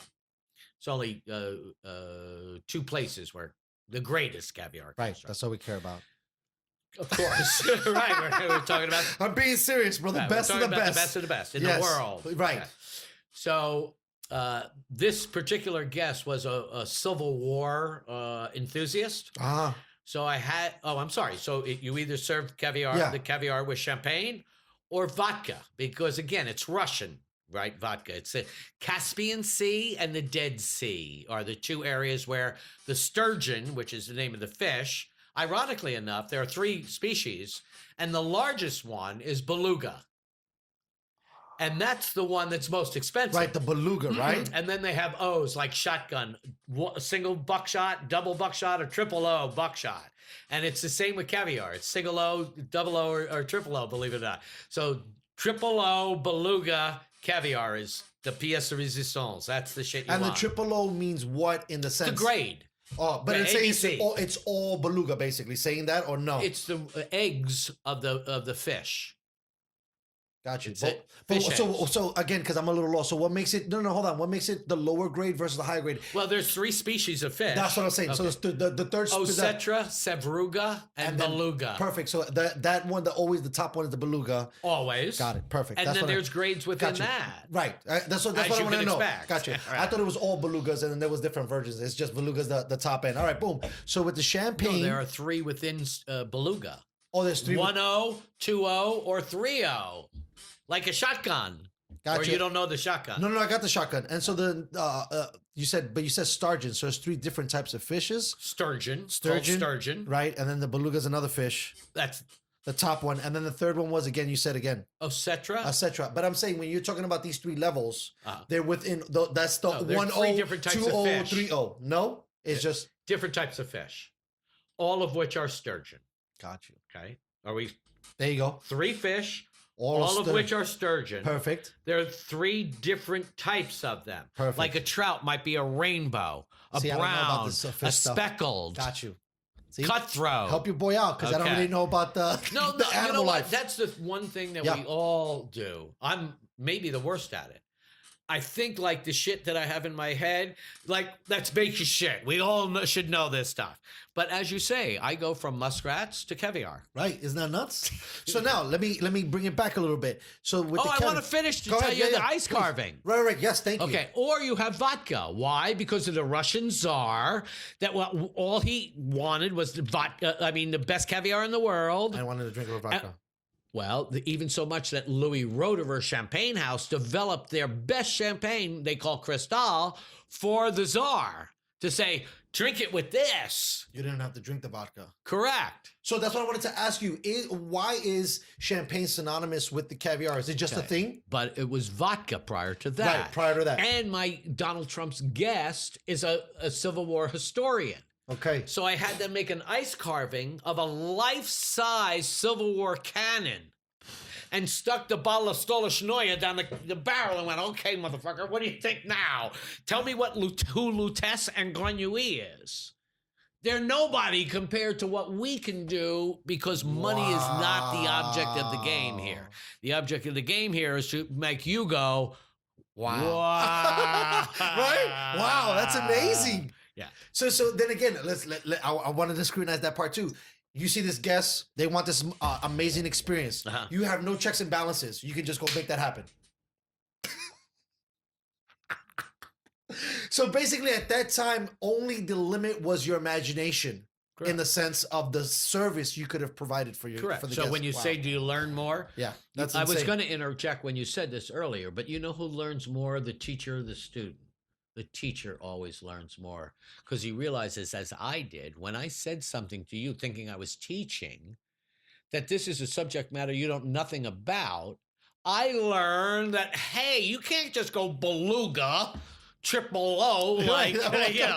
we all got that part I down. was like, okay, say that one more time. That was saying happened so fast. That's like, Right. But I mean, I've had it. It's delicious. I don't know. I mean, I've had Cristal, and I don't know if I've had the best beluga, but both are delicious.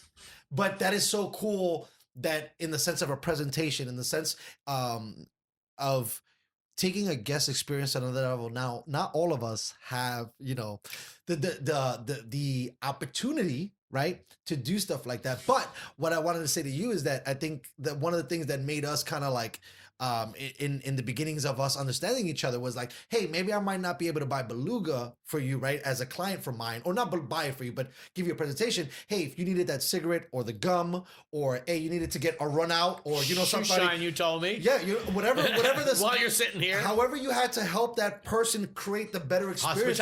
It's like, hey, don't worry about it. I got you. Even when, I mean, you also got to know this too, and you can talk about it too. When you're able to smoke inside, right, and being able to light shit, like, I mean, boom, you're like, if you were good with the lighter and you had it, I mean, talk about suave, right? So you're killing with the ladies for sure. You want to know how to the nth degree you want to go there, right?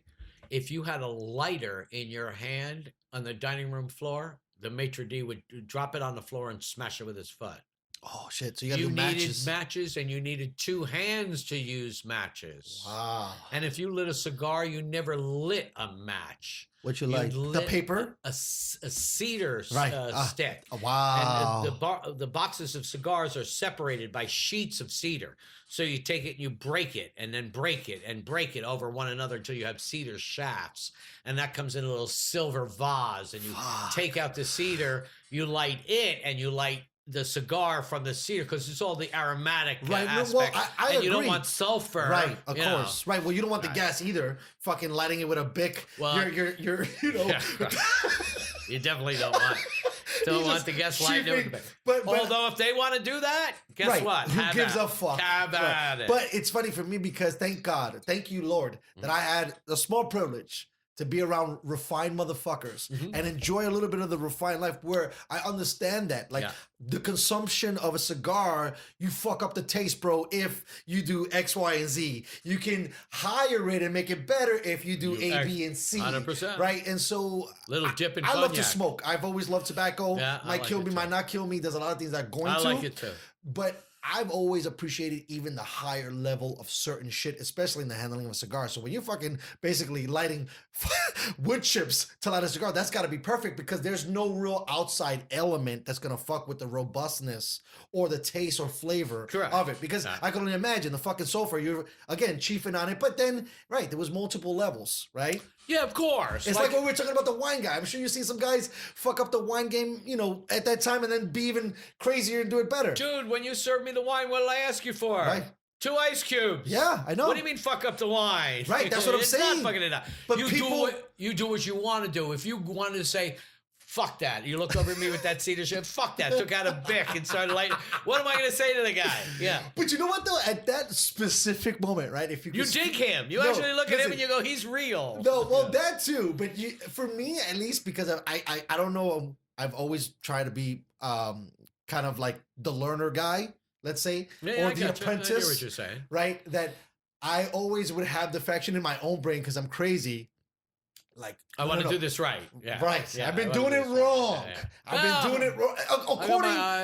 According to, but that's what I was saying. They're having the opportunity to hang around refined motherfuckers. They're like, hey, look, this is how some of the people really do it the best. And so watching it be done, sometimes when you get to that level, for me at least, I guess, maybe that's a little bit of the snobness of myself. I'm like, man, if you're going to execute it properly. Because, like, even bringing champagne into the situation, right? I can drink some, like, California white, right? And go bonkers like a white girl. And it tastes phenomenal. And I have the blast of my life. But if I buy or taste a $200, $300, $400 bottle of champagne, my socks are going to get blown the fuck away with the flavors and the taste. And even the buzz, in my opinion, is better. Yeah.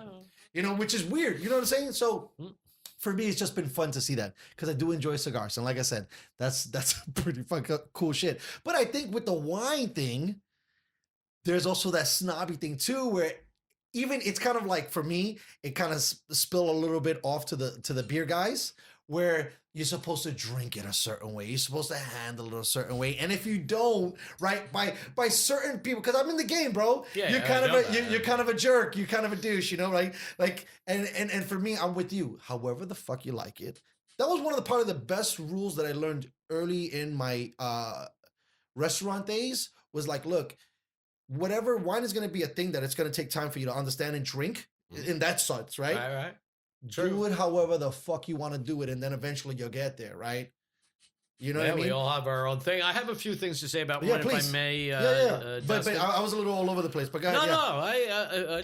I was trying to keep up anyway. You know, I'm a wine guy, so I'm going to have some specific things I say about wine. But there are maybe 3 things that I will say that will at least show you where my head is at, or if you want to get into wine, I guess where my palate is at. And that has to start in the beginning of time, which is that, you know, the Europeans been making wine for thousands of years, and we Americans only for hundreds of years. So since I'm older, I didn't have American wine to drink. I only had European wine to drink.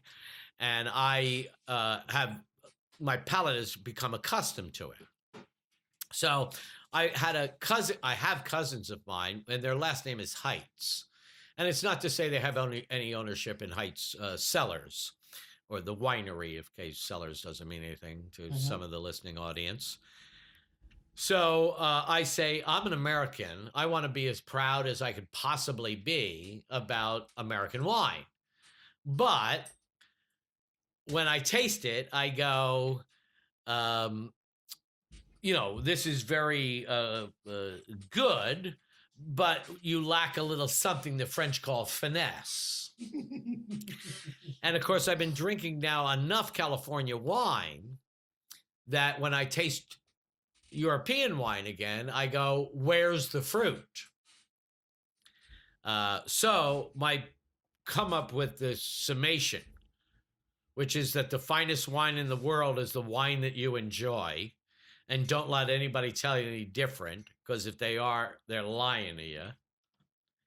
And then the only last thing I'll say, and I even say it to European producers now, because it used to be called the American palate versus the European palate. Now they call it the international palate. Is that added to the fold or just blended too? It means that over the course of time, my big question to any of the heavy-duty wine guys is, if your grandfather was to taste this, what would he think about it? And he would say what I am about to say, that when I taste modern wine, I feel like I pulled into IHOP and I got the boysenberry. This ain't even wine anymore. It's pancake syrup. So I go back to the beginning. The finest wine in the world is the wine that you enjoy. For my taste, modern wine is too heavy, over-extracted.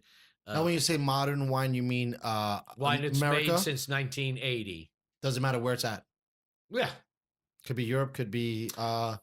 less degree as far... It's like they say that the only complete listing, or used to say, the only complete listing of winemakers in Italy is the phone book. But let's face it, back in the day, there were some rural communities that didn't have a phone, so they felt very little reason to have their number listed in the book. Right. Since they don't have a phone. Jesus. They make wine too. Right. They pour it in a tumbler. Right. They don't pretend a lot about it. They drink it. Yeah. They drink it when they have food. I'm a big believer what Robert Mondavi said. Wine is intended for the table. So when you're invited as a guest, step up to the bar, have yourself a cocktail. Make it a double if you like. But when we go to the table, you can leave the cocktails at the bar, because now we're going to drink wine, because we're going to eat. So we're going to drink wine while we eat. So I know there's bringing in wine. I didn't. I prepared and I didn't, in the sense of your knowledge is so vast, because not just everyone gets to work at the places that you've had the blessed fortune and opportunity to work at. Only reason I know anything is the overall consensus, right? In the sense of the old world stuff, French is usually the superior dude in the building. I mean, you said that the Italians enjoy it. That's one thing. I going to Italy, they do not pretend to not like it or like it. It is what it is. Part of the deal. French have a different twist in the sense of presentation and the way things and all this other shit, right? So being that these are the two entities that kind of really balanced out the equation. Other people decided to come to the fucking show, but right. Is it just only out of admiration? Right, 100% agreed. So was it something that the French just put more panache on it, or because my wine knowledge stops. There's no way I would call myself a sommelier, but I do enjoy the fact that you know the history of this kind of stuff, right? Were the French, as to sound naive, were they the French to follow these paths, and then the Italians jumped on? Because I know the Italian even wine, let's say portfolio, right, of how they do stuff is I don't want to use the word limited, but in the beginning it was, and then it had a jump, right, with the Super Tuscan deal and all that other stuff, fair. Very right? fair. Because they were just kind of just like I said, we're drinking it, baby, Right. right? The French, these dudes have been trying to perfect it, right? Correct. The whole time. So is that Exactly is that kind of how it went? You couldn't be more correct in a lot of respects, but allow me to remark Please. about two aspects of Yes. what you said. Not to clarify, you said it perfectly, and again, you're largely correct, with maybe one possible exception. So let's start with the idea that when people ask me about the expensive California stuff from America, Screaming Eagle, Harlan, Maya, Grace Family, whatever it might be, right? By the way, quick pause. I think I got. I don't know if this is the uppercut. That's not even in a category, that's right? not, It has to be. So when you're talking about these guys, these are vineyards that are what $3,000, $5,000 a bottle. you know? Okay, perfect. Okay. Continue. But come from America. Right. Okay. And people ask me about what do I think of that. Okay. I mime pulling my cuff back and looking at my watch, and my buddies look at me and they go, what are you talking about, Sheridan? I said, dude, 5, 10, 20, 30, 50 years from now, why don't you talk to me and I'll let you know. Right. These are brand new houses and they're charging Right. 3,000, 5,000. I got Lafitte, Latour, Margaux, Aubryon. They've been around for thousands of years. They have a track record as to how much the bottle costs in 1820, 1920, 2020. You know what I mean? That's crazy. And price is a measure of value, right? Right. We only pay how much we think Yes. it's worth. Correct. Okay. So how are you going to tell me that Screaming Eagle, how long they been in business? 10 minutes, let's say, right? To be obnoxious about it. in the world? Right. Yeah, okay. Yeah. 10 minutes, right. Fuck you. Really? Yeah. So how long, you think 100 years would be something? That's a good parameter. There you go. That's a good Okay. parameter there. Okay. So then that's interesting too, because like you've had some of these movies like spring up, right? And we'll get back to the French Italian thing too.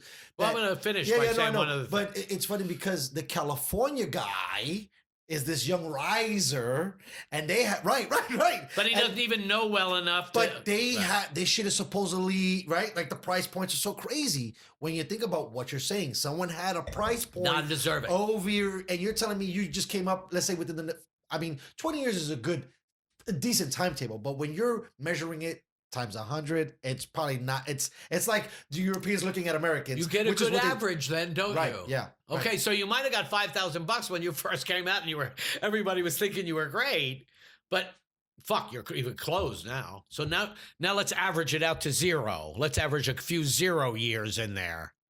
Yeah. Okay. So tell me. So here's the other one. It's kind of freaky. But if you think about it, of course, it makes perfect sense. Sure.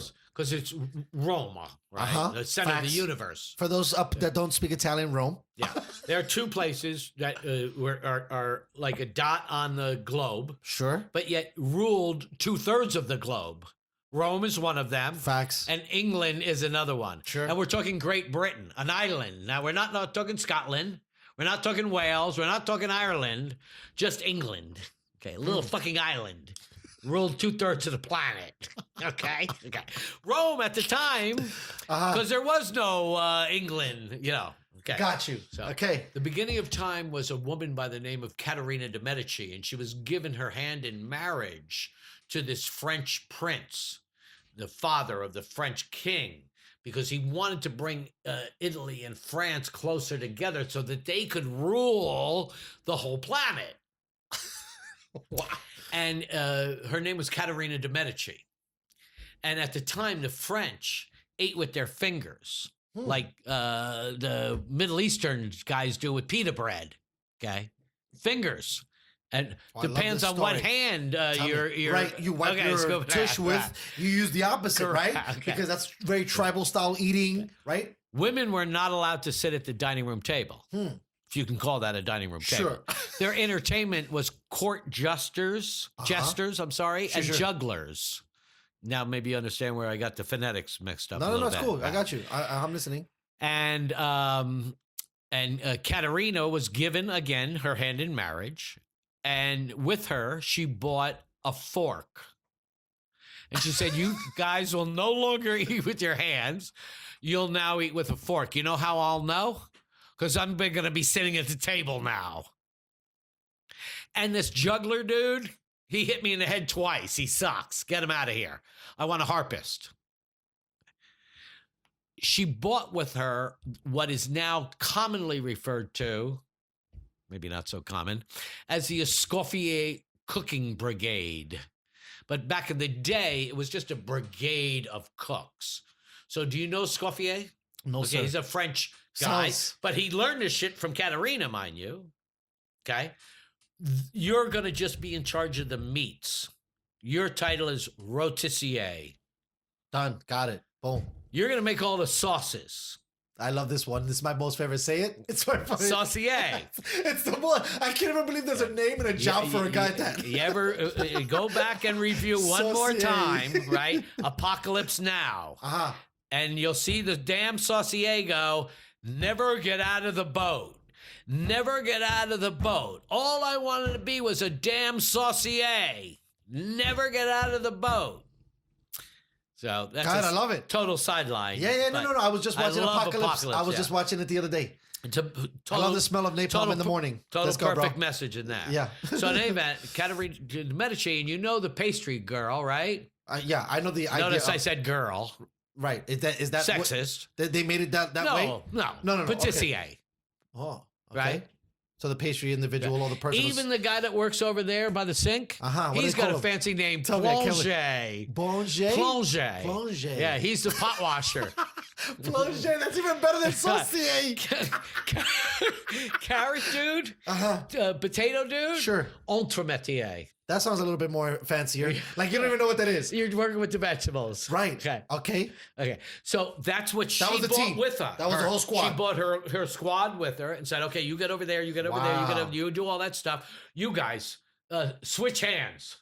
No way, I ain't eating with that hand. Oh, yeah, well, I'm going to put a utensil in it now. Oh, a utensil. Now I don't have to get it near where I stuck it up my ass? No, you don't. You can use a fork. Wow. So she's not accredited. And she was Italian, not to sound like a moron. Listen, she was an Italian princess. And came to the French, and they were kind of a little bit savage. With the old chest full of goodies, that's kind of right? dope. You know, so funny. I'm not trying to seem lame here, but that's a great. I'm not always blown away by the heroines or the heroines. I don't know what the word heroin is the word, right. Like the drug for a female. Sure, right? I said it right. Hero, right? Hero or heroin, right? Perfect. Like the drug. Yeah. What a phenomenal story that basically this individual that was female through marriage, through being like, because we've all been married as guys. Planned marriage. Right? Yeah, but still to bring so much, and this is obviously to the table? Yeah, to bring the pun to the table, huh? Right? Incredible. That's Plus, amazing. one other thing. She designed the original side saddle, equestrian saddle for women. When they started riding on the side? They ride on the side because they have a skirt, right? Because they wore skirts back then.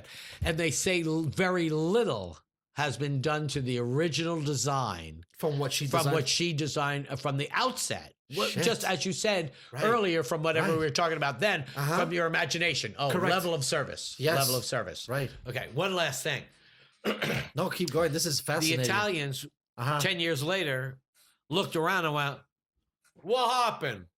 We used to be the king of the universe, and we gave this knowledge to the French, and they took wine and went, whoop. Got Le Fit, Le Tour, Margot, Aubryon.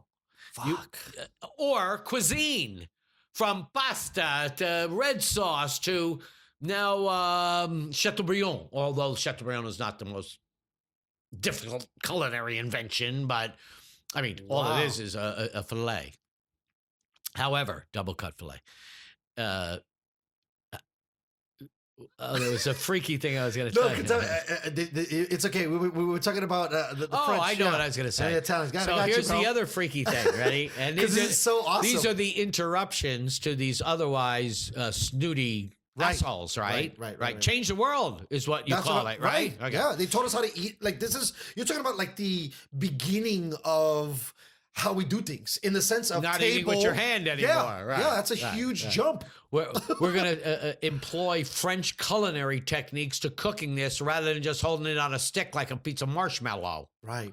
Over a fire. That was. Although we all like marshmallows on a stick. Right, 100%. But that, because as a food and beverage guy, I'll dumb it down that way. That sounds crazy. A very incredible, amazing story that this came all from that, and then they kind of left them in the dust, right? And the Italians were pissed about it, and understandably, you taught these guys a few tricks, and they took it to the nth degree, and just made it, and still to date, right? Whoever they look back, whoever you are listening on the other end right now, I challenge you to come up with who has better cuisine and better wine in the world.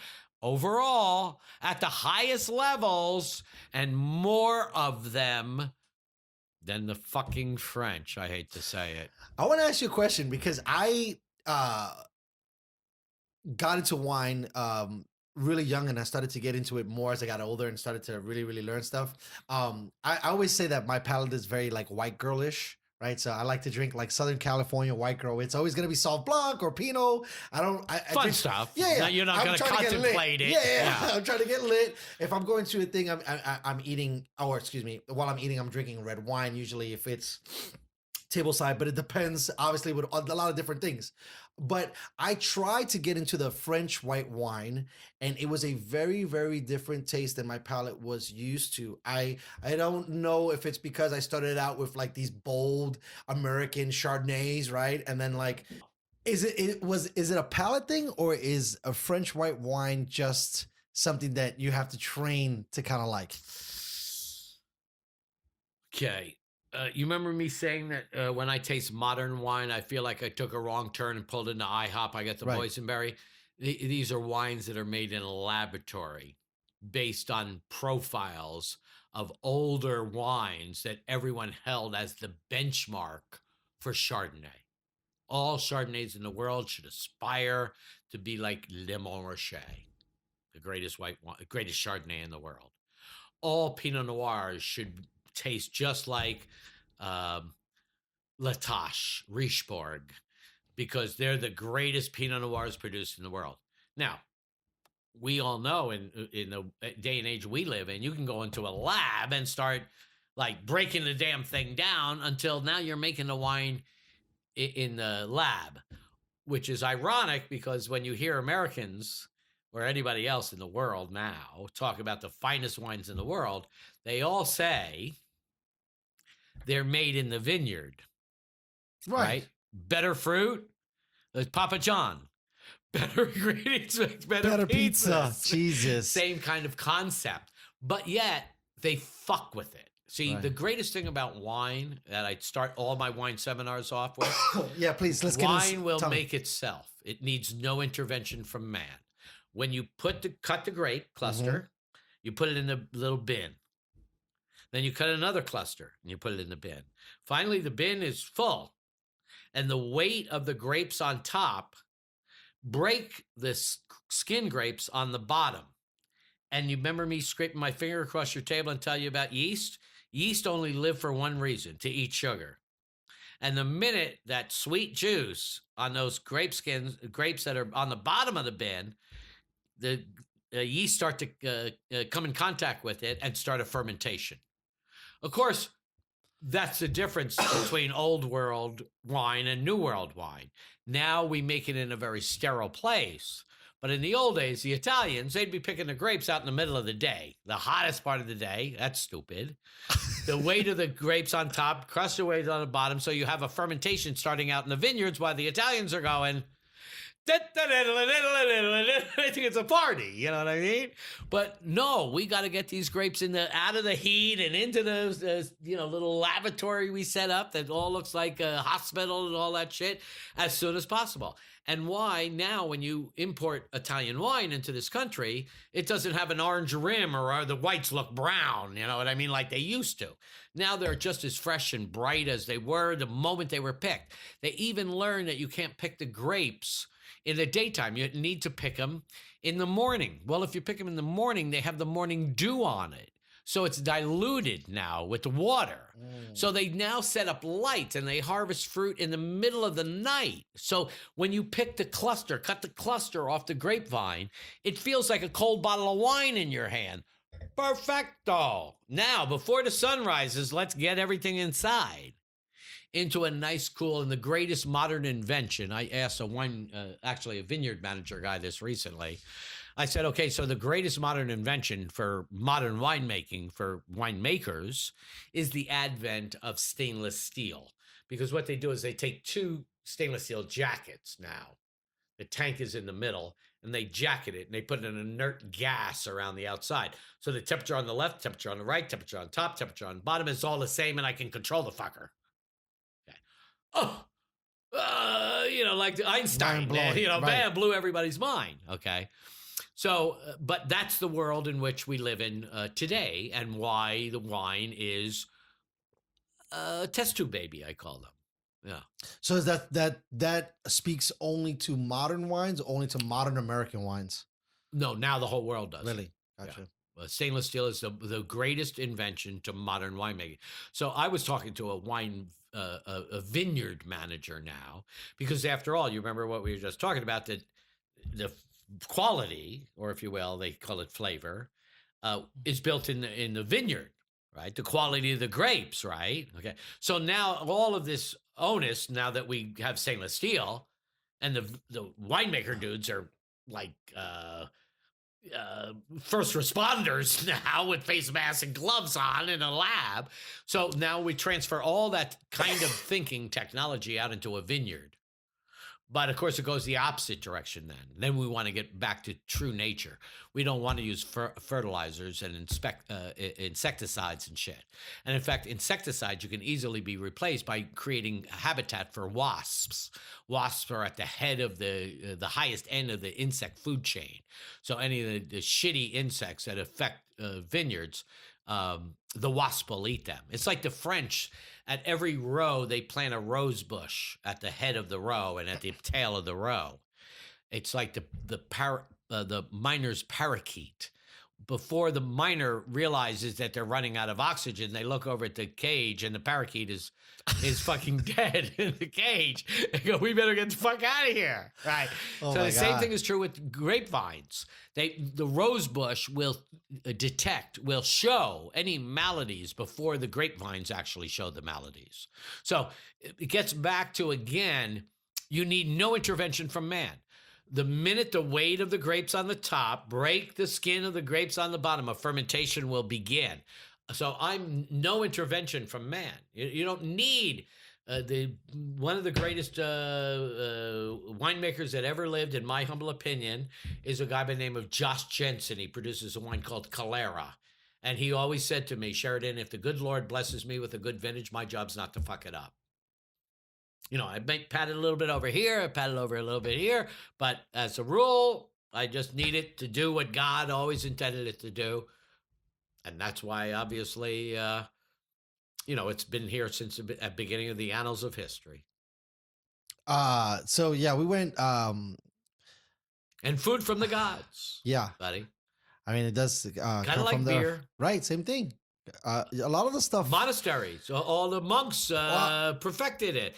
And they say Dom Perignon discovered champagne, which, of course, they accredited him. But there was a guy that came on long before Dom Perignon to discover champagne. Well, I find it fascinating when you look at that and you're talking about sterile versus, let's say, the vineyard or organic. Yeah.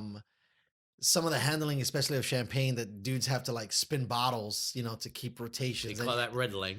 And riddling. Right? Yeah. And so to riddling, or how would you, to riddle a bottle of champagne, what a cool thing, right? Like this is some kind of organism that you're kind of fucking with. It is a living organism, right? It changes over its lifetime. Yeah, and you're changing it and by just moving it a little bit. Voila. Because you were talking about this great metal vac and all this stuff. Yeah. You're thinking about a guy that put some shit in a bottle, and all he did was. Well, believe it or not, now they make machines that do that. Sure, you know but it what a concept to even think of. These guys were able to scientifically figure out a way to continue the process of this thing. This is how. Because I love champagne, bro. Here's the minutia of it. You ready? Go. Okay. Because the French thing too, which is funny that that's the baseline. We'll start slightly before that, and we'll go down to our cellar. This is 1,000 years ago. Okay.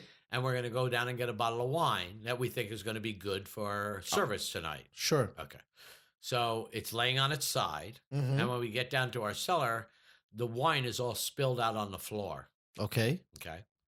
And we see that the cork that was in it has a hole right through the middle of it. And what we learned is mice like wine as much as we do. So they put a piece of metal over top of it, lead.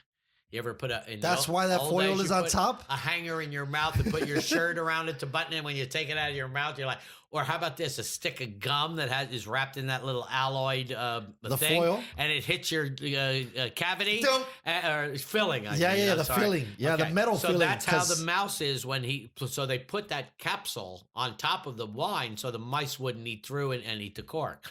Now, remember, the only reason the cork is there is because I might make wine and you would buy it from me. Right. And you would fuck it up. I would give you my wine and you'd water it down because you figure you could get more out of it if you watered it down. Now, you're talking about somebody that's trying to buy massive stock or just one massive. Right. Massive. Right. So I put a cork in my bottle to stop you from fucking with my shit. Got you. That's the only reason the cork's in there, to prevent the middleman from fucking with my stuff. Wow. That's really, really interesting. Yeah. And now how about this one? When you get to I wanted to mention this earlier, when you get to the highest end, right? After all these hundreds of years of them pricing it to say, what is the greatest wines in the world? Well, obviously they're the ones that people are willing to pay more money for over hundreds of years. Okay. And we're going to name them: Lafite, Latour, Margaux, and Haut-Brion. Now, Haut-Brion was not even in the little area that they were trying to delimitate, okay? But they had to include it, otherwise that little lineup would be pure bullshit. People go, fuck you, what about Haut-Brion? Now, there's three things I like about Haut-Brion. Number one, they're outside of the commune that the original classification come. This is in 1855. And that's after 100 years of record. So we got to go back to 1755, right? Okay. Damn. For them to discern which are the best ones. Wow. One guy, by the way, which I'll get to in a minute, he's pissed he's not in the number one rankings. And that's Lafitte's cousin, Baron Philippe de Rothschild, who got together with Robert Mondavi to create Opus One. I was just going to ask about that guy. Okay. About the but Opus let's One. slow down, because we're talking about Haut-Brion. Right. So number one, they're outside of the region, but they have to be included. Otherwise, the whole lineup's a bunch of bullshit. Number two, if you translate Haut-Brion, what does it translate to? Obviously, I don't speak French, but O'Brien. Let's speak Gaelic. Okay. So it's a Gaelic name. And ultimately, now, who owns the place is a banking family out of Dallas, Texas, called the Dillons. Clarence Dillon. Heard that Chateau Haut-Brion was up for sale. Let's buy it. So 4 of the greatest wines in the world, Lafite, Latour, Margaux, and the one outside of the region, they had to include Haut-Brion. And the guy that was pissed, Baron Philippe de Rothschild, that said, fuck you all, and said, you have to include me. And of course, ultimately they did. They succumbed to include me. So 5, never changed. Only one change since 1855. Considered the greatest wines in the world. Now, you're going to talk to me about Screaming Eagle, Harlan, Maya, Grace Family. I say Ashpet. How about Opus One? Nothing? Just to touch on that too? It's an American thing. Because everybody You be wanna know jocking that shit. You want to know something that's really cool about You know what it is? Also, too, you know what sucks? Because you're saying all these great names that I probably won't be able to Repeat them, for sure. Yeah. But Americans are brand whores, right? That label 100%. shit, bro. They love that shit. We call them It's the reason why Ferrari sell it. Score horse. Right? Yeah. You know what I mean? Like, who knows how you look at it, right? Ferrari might be tasteful Right. and Lamborghini might be distasteful. Right. And it's the same fucking shit in the same game of this whole deal, right? And it's so insane to see. Succumbing to that? Yeah. But they like it here. That's what I'm saying. So for the Americans, Oh, yeah. I'm not surprised that they're trying to make fucking vineyards sell for 2 and 3. Bro, the one that I want, it's a French thing. And the missus looked at me just to tie it all in on some random fucking note. I had aces, maybe a glass. I know you know more about the name of that fucking thing that I don't even know because I can't understand the French shit. It's a $700 bottle of fucking champagne, bro. And that might be the entry level because they got, but what I'm saying, you know, See, entry level of guys that drink higher people shit than people that in every day of America their life, really yeah. care about being the more popular. And what I'm saying in our argument, it's fascinating to see, especially as consumers and being in a capitalistic country, that the French, they got documents, bro, of this being legit. And speaking specifically just to wine. Right? We're talking about companies who make other shit. They might close down. They might do something else. We just talked a second on the patio about fucking ventilators, right? These guys, the printing press has been centuries. Right. No one, even if someone buys it, you know what I mean? And that to me is mind blowing. Even today, there was no such thing back in Napoleon's day as vintage or chateau bottlings of cognac. But now there is. And the only reason there is, which is very sad in my opinion, is Napoleon's fault? no, it's not a matter of that. Because I like Napoleon. He's dope. Napoleon's favorite wine was Chambertin, Gevrey Chambertin, it was known as then. And Napoleon said that you earned it in victory and you need it in defeat. And of course, he rarely drank it in defeat. So what was it? What was the thing that he drank? It's a wine from a wine. region Gotcha. called Gevrey Chambertin. There you go. Yeah. Gevrey Chambertin. Gevrey is the town, and Chambertin is the vineyard. And in fact, back in his day, there was no single bottling of Chambertin. That's why they always took the village name of Gevrey and attached it to it. So I know that you and I are similar in a lot of ways because we have like a lot of, let's say, grassroots Experiences, yeah. How long did it take you to master this French talking shit, bro?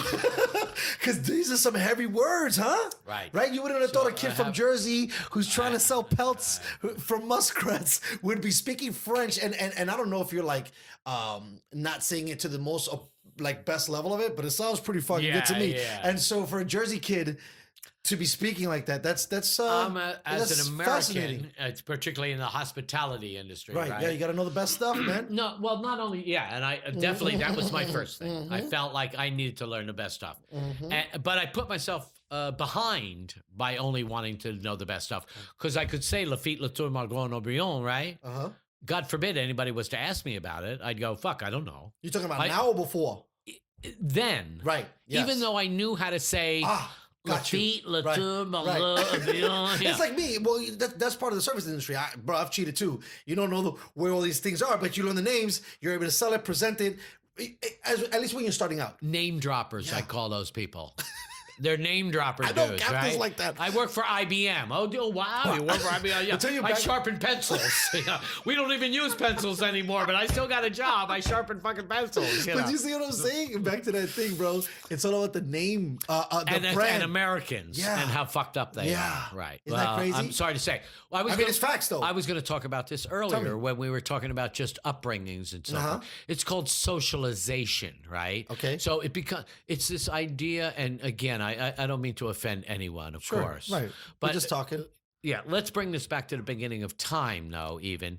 When you talk about sitting there watching your TV, and this woman is biting into a Whopper Junior, not even a Whopper Junior, Whopper Senior, the biggest fucking one they The make Baconator. and she's got cleavage for fucking days, right? And all they really want to show is her cleavage. Right. And they might not want some of the special sauce to run down there, too. Sure. Okay? And you wonder... what the fuck am I watching here? What kind of commercial is this? Hey, can the kids like hang out on the couch with us and watch it? Okay. Facts. Okay. So believe it or not, okay, so I'm not, as you can tell, I like that shit. Who doesn't? But, right, okay. At least those guys that are above ground. Exactly. Right. That's what I was going to say. But when in the beginning of time, when they showed Elvis below the waist, they were normalizing this shit. Now that we have... a sitcom, I guess they call them, with a gay couple and an adopted child on it, the more we show that, the more that becomes a sense of normalcy. I mean, the word normalcy is even fucked up now because now we have it in context with the coronavirus. So we got to break out the new dictionary, right? Glossary of terms, I mean. Right. And look up normalcy with coronavirus. Oh, no shaking hands. So... Again, the beginning of time. I like the way they always, not to cut you off, but it's the new norm, right? That's the one. What does that word mean?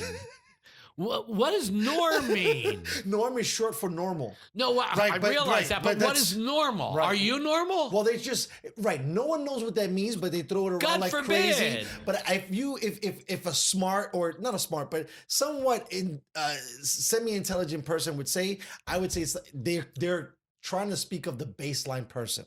That's normal, right? What's the herd feel of everybody? So here's how bad it's gotten, buddy. They talk about racism all the time nowadays, and it pisses me off. Number one, we've had a black president. So as soon as we had a black president, that shit should have been over. All bets are off, That shit should have been over, bro. And the guy came from humble beginnings. Right. So don't talk to me about not having money. Don't talk to me about having come from a single parent. Don't talk to me about what color, race, creed, color, or sexual preference. Right. Basically, with that happening, you had no more excuses. All bets are off. Right. You got no more cred. Right. Stop that shit. Yeah. Okay. Now anything's possible. And here's how I do this.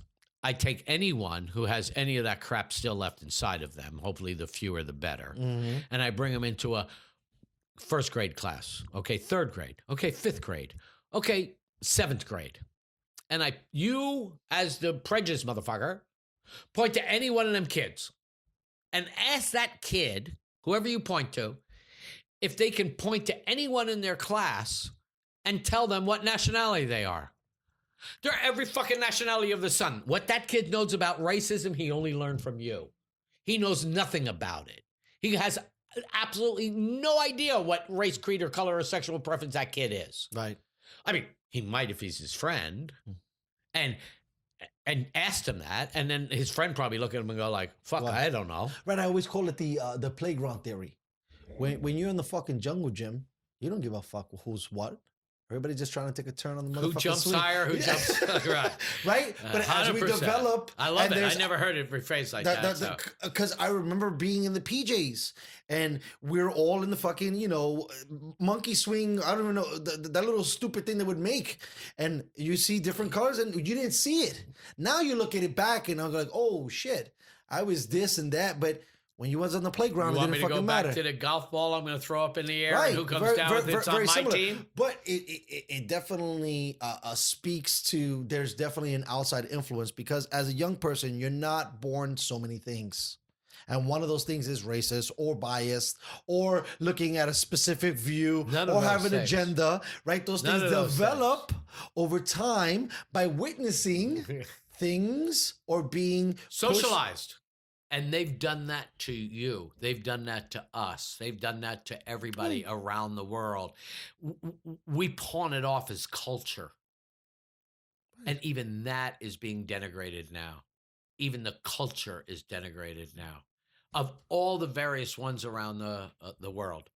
And we're the worst at it because we're so accepting. We're willing to take all the culture, and that's our strength. We're a fucking melting pot. Right. What could be better that when you're this old and know nothing, you're not just going to get part of it. Right. You're going to get that part, the Chinese, the Filipinos, the Russians, the Chinese, blended with, I don't know, traditional American, if there is such a thing still left. Yeah, I don't know. And you could say, when you say Indian, you got to go, which one? Right. Yeah. I know. Well, I always say the funny joke. I think I've only met maybe 2 in my lifetime. And when I say Indian, I mean Native American. Yeah, right. Which one are we talking about? Because usually that wouldn't even be a thing. No, my favorite one I always love, and I'll throw it to everybody, but it's almost like saying the Mexican, right?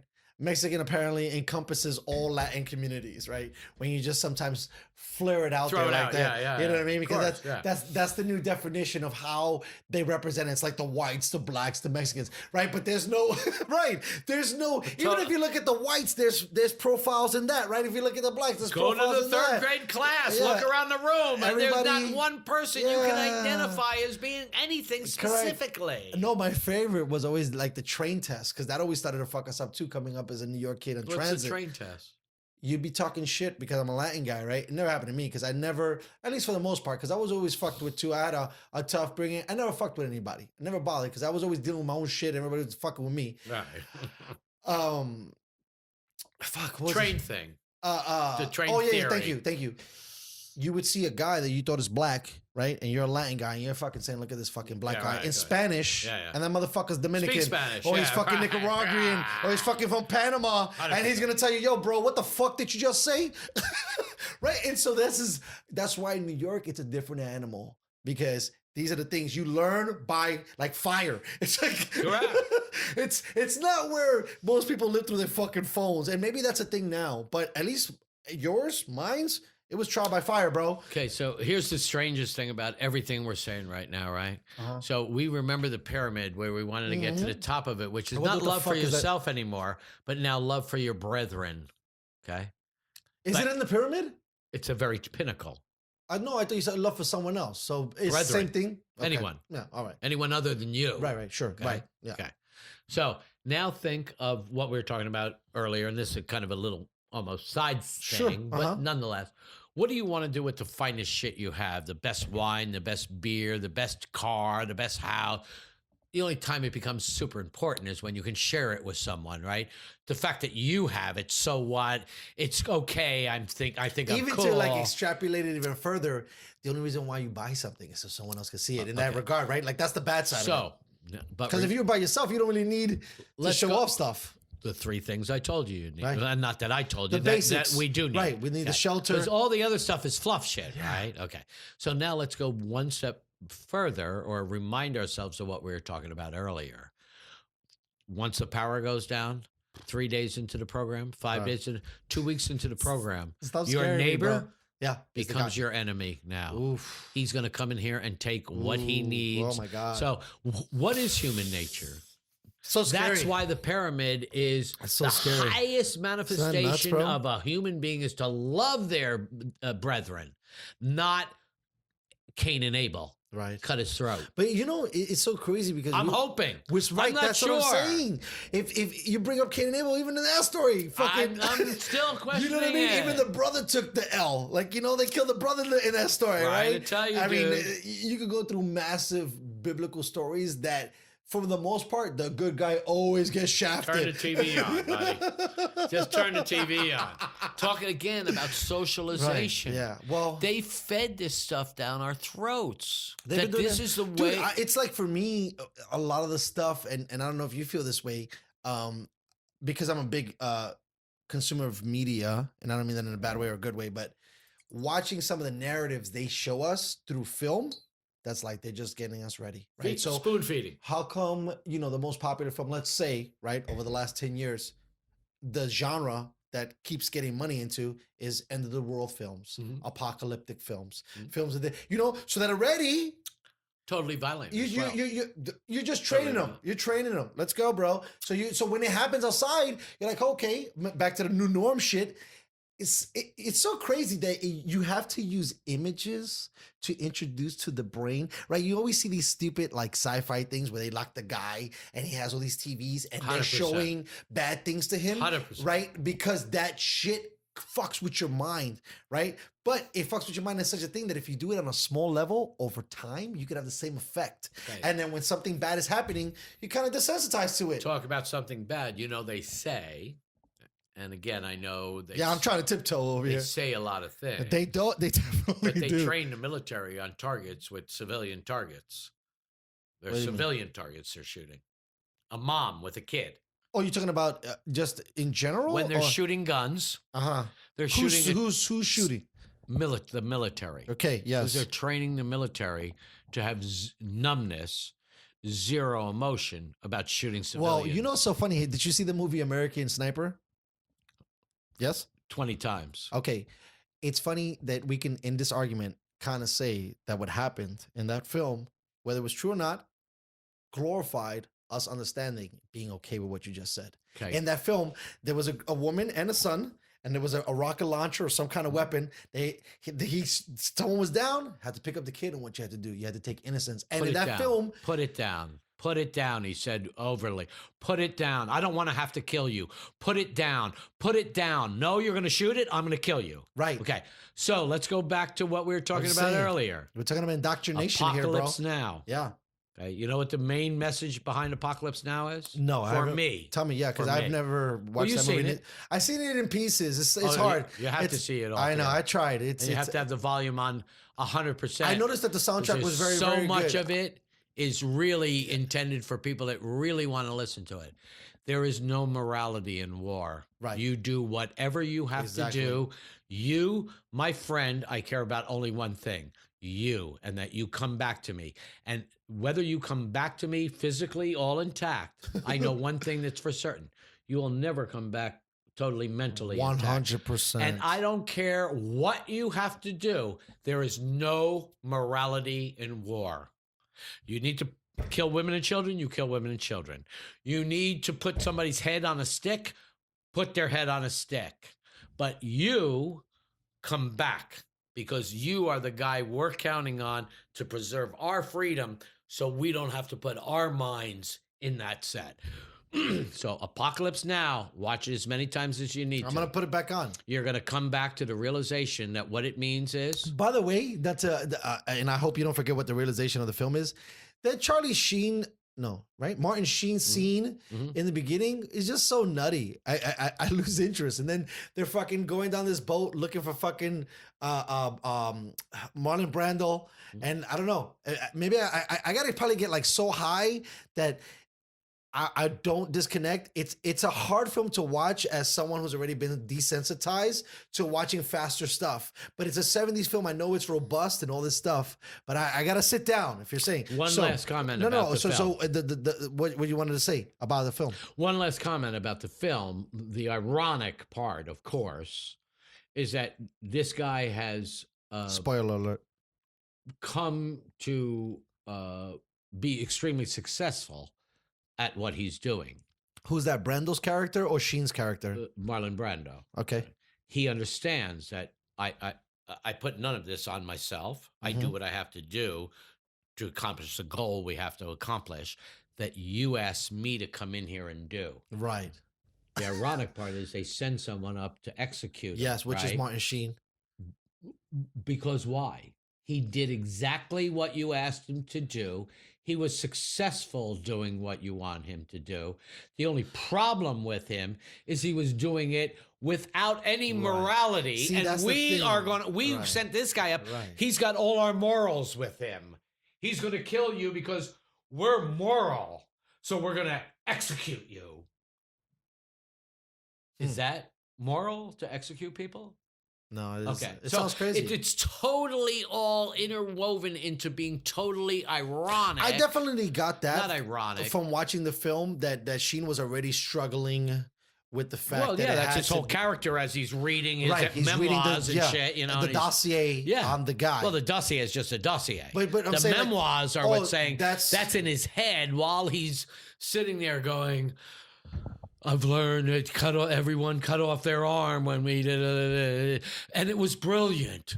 It was just so clear that if the doctors came by and gave them a vaccine, They'd all cut off their left arm after the doctor left the camp, But their clarity in their mind was so clear that they knew this was the outside world coming into their world, putting poison in there. So everybody in the camp that got the vaccine cut off your left arm, and they did it, So that's what he is calling clarity. His clarity was, you want me to kill everyone, right? You want me to put everybody's head on a stick because that's what they do to us, and they think they're going to intimidate us by putting our brethren's heads on sticks.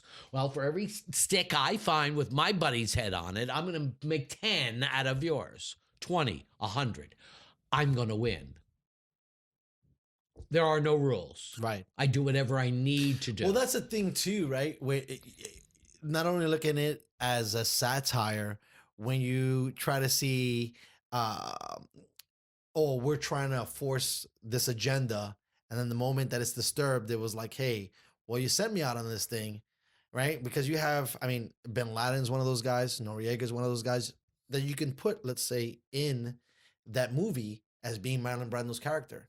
Someone that you sent in loosely. But I'm saying, and then eventually, because he's not going with the program, somebody's like, hey, take this guy out, or he becomes a problem. You could even say Castro. A lot of these guys, I think that, was it Oliver Stone who made that film?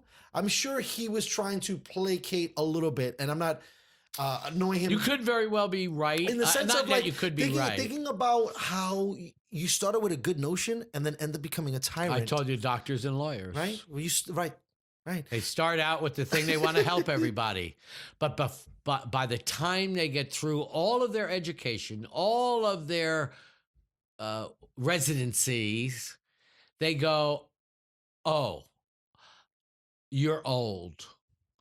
But I took an oath to help you in any way I can to ensure your existence. But your insurance says I can't give you a new liver because you're 85. Fuck you. You don't get the liver.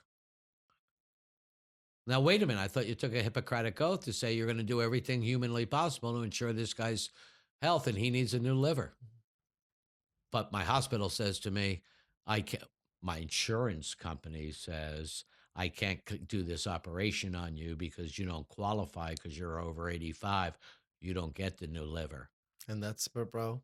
That's the Hippocratic Oath? No, wait, the Hippocratic Oath says I have to do... Okay, here's the freakiest thing I'm going to say all day. Okay, every one of our elected officials, every one, put their hand on a Bible. You told me not to wrap the table.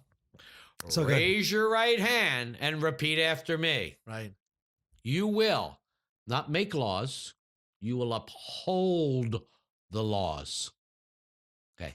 Not every one of our officials, but nowadays you hear, and of course it's been going on forever. Right. Number one, they don't uphold the laws. No. Well, it's self-serving. They have sanctuary cities. Right. Okay. Number two, now they're making laws. You don't make laws. You got it wrong. You put your hand on the Bible. You raised your right hand. You said you would uphold the laws. The legislators make the laws. You just uphold the law. Will you please put your hand on the Bible, raise your right hand, repeat after me. All foreign and domestic. Okay. So it's absurd what we're going through right now because these people think they have empirical power to do this shit. And they don't. They're breaking the law by doing it. I don't want to talk too much about this idea that our founding fathers put all this down on paper. And they forewarned us right in the same document that there are going to be guys looking to undermine all of this from the beginning of time. So please know this. We are doing our jobs. We're going about our work. Now they're even preventing us from doing that. And we vote people to represent us. And the problem, of course, is that those people representing us are not representing us at all. they've become lifelong politicians. And by that, garnering all that power. And of course, in the midst of that is the realization of what we talked about earlier, which is we were the ones that put them in that position. Is that even true, by the way? Elections. I know, but does that really have work? Consequences. I know they do, but it feels like, I mean, maybe it's because it's just been done so piss poorly. But are we really electing all these officials? No, we're only electing X amount of officials, but we're electing them with a responsibility. What we should be having responsibilities, but it just seems like, I mean, I don't know. Not that what you and I were talking about previously is not every elected official has the power to make a law. No, only the legislative branch can make a law. Correct. The rest of them have an obligation to uphold that law, not change it, not say, bend it. Oh, it's a sanctuary city. Right. Okay. Well, sanctuary city, we claim that our sanctuary city, we don't pay taxes. What are you talking about? Everybody has to pay that. No, well, in our city, we have a sanctuary against that. Yeah. No, again, these people are totally confused. The governors and mayors that are making laws right now that you can't go, the newest one, they're all mainly absurd, but the newest one is got to be the most absurd one. Although there was never a more absurd comment of any politician in the annals of history from Neanderthal man forward. We have to pass it before we can find out what's in it. Now, who in their right mind would listen to anyone? That's like a snake oil guy at the back of a rickshaw trying to sell laudanum, right? We have to pass it to find out what's in it. I mean, we can't find out what's in the bill. We have to pass it first, and that's the third person in line for the president of the United States. Okay, I know that's a little deep into politics, so I'm going to leave that one alone. Well, that's, you know what? Hold on, I gotta pump the brakes on that, because I think that part right there, it got probably like over a lot of people, and at least not only me, but I think someone that's gonna listen to this, we gotta pass it. Then we gotta look at it. That's so crazy. Instead of the other way around, bro, right? Like, how can we check this shit before we send it? Like, imagine just getting like a random... It's like spell check. At least hit spell check. You know what I mean? Bro, that sounds insane. It is insane. Actually say some shit like that, as like, we're on microphones, but to say that to a public, like, hey, we're gonna pass this and then we'll look at it later. Who knows? You're the third crazy. Most powerful person in the United States. You're behind the president. You're behind the vice president, and then it's your turn. You take over. Dude, I don't want anybody like that. Okay, but I just found that mind-blowing, bro. Yeah, that's the political end of it. So. Yeah. We can go wherever you want after this. I wanted to ask you some other stuff, but that right there is, for me, a lot of the people that whatever are on lockdown and that are not paying attention, that don't really understand this kind of shit, bro. Because I've been screaming about it on my show, and not to get it too much, but the $1 trillion thing, they passed, right? It was, I think, 2, maybe 3, let's say. We'll give it 2. 3. We'll give it 3. Oh, it's 3. Even if you did the numbers, bro, and I'm gonna expunge it because we did it on math, but I'll go, and math is, excuse me my accent, math. We barely got like $50 million. No matter what you did. In this $1,200 check thing. Billion. Where the fuck did million? We didn't. Trillion. We just talked about money early on the show, right? Right. I'm not even in. If you just signed off a trillion thing, why wasn't I even in the billions? You put me in the millions? You totally left us behind, right? Like, holy fuck. What a great way to be like, shh. Here you go. Just take that. Don't worry about it. You know what we're going to do? We'll give you some money, and then we're going to tell your landlord, you can't kick him out. Don't worry, everybody just stay where you're at. Just chill. Just sit down. Oh, don't worry. We'll make Netflix free for 3 months, and we'll give you this service. You stay. Don't worry. You're gonna leave. Well, but it's funny to see that whole bundle. But anyways, we're talking outside. You wanted to tell me another. I was gonna tell you this. Butler, right? Because I hate throwing around. I told a couple. I think I told like 2 people that I had an opportunity to meet. I mean, and I think that. I don't know if it's weird to say, but a lot of the prestige for me, I mean, I am a brand whore. And when someone tells me, Yeah, I right. works for Mr. Trump, you're like, hey, this is kind of an important thing. But I hate to like put too much things. So like I said, when you were in charge of the butler management part of it, right? You had a story for me to hear. So it's kind of like the guys used to come up to me and say to me, this is before I was the butler dude, Oh, that's perfect. Sheridan, you know who that guy is? I said, no, I have no idea who that is. Well, that's Chief Justice Warren Burger. So he's number 4 in the lineup. We just discussed number 3 in the lineup, right? President, Vice President, Speaker of the House, and then a Chief Justice. And the Chief Justice, you've seen this guy. Warren Burger back in the day. 30 years ago. Yeah, this is when I was a young man. Perfect. So in any event, I'm doing a function, if you will, and there's all kinds of Trump's guests in attendance. So I get, I'm sitting in on a lot of the previews as to who's going to be in attendance and so on and so forth. And so one of them was Whitney Houston. And they told me that I was not allowed to make none of my butlers were allowed to make eye contact with Whitney. And I'm like, I'm sorry. And they said it again, like as if I don't have English down pat. Right. Which I'm still a fair command of the English language. We're still working on it, I'm right? still learning. Yeah. And so I told all my butlers, this is what they told me. Now, I'll be the first to approach her, and I'm going to stare her down, and then I'll let you know if we're good. Yeah, right. I'm going to stick my neck out on the limb here. I'll get back to you guys. So I don't need to tell you that I go roll up to her with a tray of champagne and offer a glass of champagne for the reception anyway. And she looks me straight in the eye and says, thank you very much. So I look over at my butlers with that face, right? Like, I don't know where they got that from, so we're cool. Don't worry about it. Just do your thing. So, yeah. So I don't need to tell you who the rest of the people in the room were. Right. At that point. That's crazy, Well, too. You know, so funny. It's almost Whitney. like, right. Pretty it's good singer. I call it like right now, I'm pulling it out of my ass, but like the Eminem thing. When you get like these things from when you're dealing with such high profile people that, I heard one where Denzel, right, on, off, during the set, enjoys to be called Big D and will not be introduced to anybody he doesn't give a flying fuck. But it has to be Big D. Could be the president of the United States. Wow. This is Big D. Big D. You know him, Big D. Right.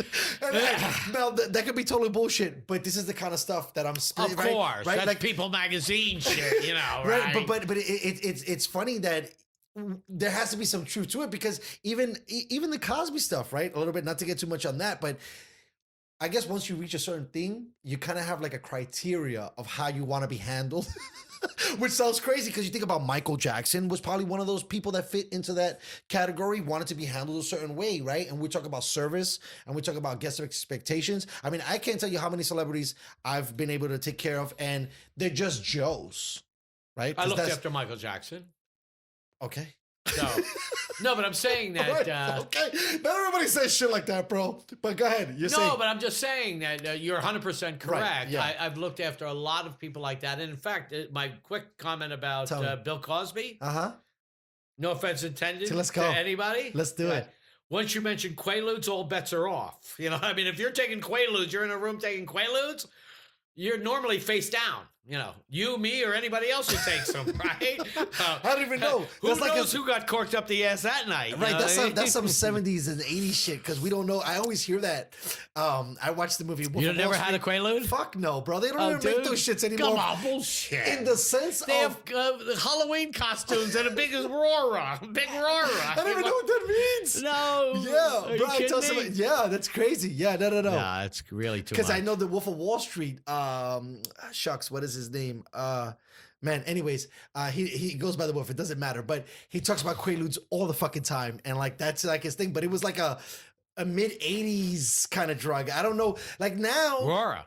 We go. I mean, think about someone who's trying to be a consumer. You're trying to maybe get some bud, maybe some shoes. You're not like the pill popping thing. Right? It's a whole other animal, right? So like for me, I'm not shopping in those aisles. Yeah, I got you. Okay, but it's funny to hear the old school stories about that shit. But anyways, now you want me to tell you the one about Michael? Let's go. Okay, this is my opinion. Boom, here we go. Damn, I'm gonna fucking blow up and after this freaky, show. LOL. it's off the track because a lot of people Or excuse me, JK. have opinions about it, and most of some of my opinions are totally against conventional thinking. They call it. I think most sometimes of they'll mine use conventional wisdom. I have to question that. too. Michael Jackson is one of those guys that missed his entire childhood. Yeah. Okay. That was a rough So one. you got to be fucked up. Yeah. By the time you become a teenager, even Sure. you've never interacted with anybody. In fact, mentally, he's a mental midget. Right. Yes. Okay. Right. He thinks he's a 4-year-old, Correct. even though he's 19 now. Right. Right. So he's having sleepovers, and I Right. know everybody, and so the listening audience knows this. If you're a pedophile, I shoot you right then in the head. My wife told me I could never be a cop because if I showed up on the scene and I saw some shit that I didn't agree with, I'd never get back to the precinct with the guy. I'd bring him to the morgue instead. I'd shoot his fucking ass right then and there. Okay. So if I thought he was a pedophile for 1 second, I'd shoot him right there. I believe he's a mental midget and felt like kids. He was a child, even at older in his life. And of course, he did a lot of things to dismember his face and pigment, and his nose was like a shell of like a skeleton when I looked after him. And Donald Trump at the time was romancing him, wanted to kind of be his handler or something like that.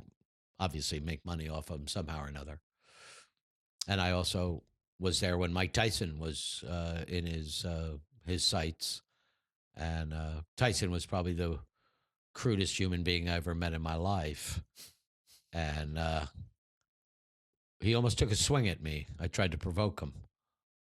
I thought maybe I could make a few bucks, and said something to him. His trainer was Gus D'Amato. It took him out of the streets and turned him into somewhat of a human being, certainly turned him into a fighter. And then Kevin Rooney managed him after Gus passed away. And I said to Kevin, Kevin, you mind if I talk to your fighter? And Tyson said to me, what are you asking him for to talk to me? I'm like, well, because I assume you pay him to keep idiots like me away from you. And it was just before the Spinks fight. And I said, Mike, actually back then I had to call him Mr. Tyson. I was in tuxedo and tails. I was in tails. Really? That's how they... Red bow tie, red cummerbund. Fuck. Yeah. I had multiple cummerbunds. No, and I bow got you, ties but and damn. And I said to him, Mike, do you know that a lot of us will come and go on the face of this earth, never having to make our mark in the annals of history? No one will ever know, who we were. And you are in a position to be the greatest heavyweight champion boxer of all time. Do you have a grasp of that? And boy, he just wanted to tear my head off when I said that. But he didn't. He resisted. I find him a fascinating dude. Did you see? I don't know how plugged in to his pigeons. No, not that. The social media stuff of him recently talking about this he's comeback back to tour. fighting. It's working out again. Hey, I was on the fence on so many different levels about Mike Tyson, but when you look at, we talked about wine earlier, right? Mm-hmm. You need time to see things. So for boxing, I needed time to see things, to see if you said this was great once, over time, that might not be true anymore, right? And to look at That's boxing, greatness, right? Right? Yeah. Greatness is time. Right. And so to look over it and see, wow. And I don't really know how to form this, and I'll try to say it the best possible way I can. But like you said, you have the chance to, the whole world will know who you are. And I think that, like, for me, it wasn't just about understanding that now about the win or the loss, but understanding the caliber of person as a fighter. You said you like to fight earlier. I was more of a lover growing up, okay? But I've always appreciated fighters because it takes a fucking lot. And I'm a fighter in my own, regard, because I don't think anybody isn't. But when you see that tenacity and someone that's that ferocious, I mean, if you could like flip the switch and maybe make all his blessings come true, he would have destroyed a lot of fighters. Because when you look at heavyweight champions and you measure him, shit. I mean, in his prime, when speaking about you, because I'm a little bit of a fan of it. When Costamado had that guy tuned up, there was no way you were going to beat Mike Tyson. There was no way. Now, can you take Mike Tyson? I mean, they do it in these stupid things. It'd be funny to see. Can Mike Tyson on a computer, you mean? Right. Can Mike Tyson beat Muhammad Ali? Right? On a Mike computer, Tyson, you mean? Right, because you would have to, but it would be impossible to analyze that, because who would have known if it wasn't for Muhammad or Cassius? That there was such a thing. Yeah. Right, that you would be able to expand from that. It was like 15 rounds. My favorite story. 15 My favorite story rounds. of all things is like the 4-minute mile took so long to break. Perfect. But the moment it got broken, Well, everybody broke it. You know the most amazing one of all time, bar none. Mm. I mean, by most sports analysis, Please. took place in Mexico City during the Olympics. You know what it is now? No, I don't. Okay. Imagine on track and field, Right. with all the judges, and by that, these are people that take the measurements, Right. are set up to take the long jump. Okay. And a guy by the name of Bob Beeman comes running down the path, hits the board, and they're all going like this, ready to mark it. But he lands over here. Broke the record by 2 feet. Shit. Imagine whatever record there is Right. in the world. It's like, I mean, the only one that would be remotely close to that would be the Dolphins with their undefeated season. Right. Right. But Undefeated. this is the thing, right? To bring that into it, I'm so glad this is so juicy. My argument as a historian is, well, maybe you're right. The perfection of that is very, very difficult. I just now, it sucks because I measure it by the fact that what if there was 16 games, right? So that's the partition you have to create. Because for me, I think it's amazing. But then I start to scrutinize the whole thing.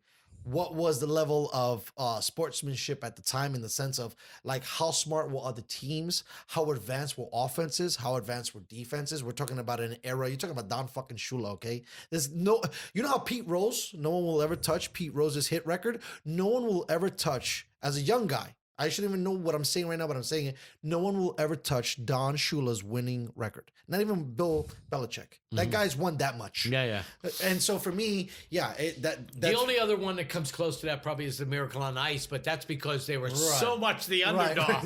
And nobody even expected them to be able to skate with those guys. Right. No less handle the puck. You know what I mean?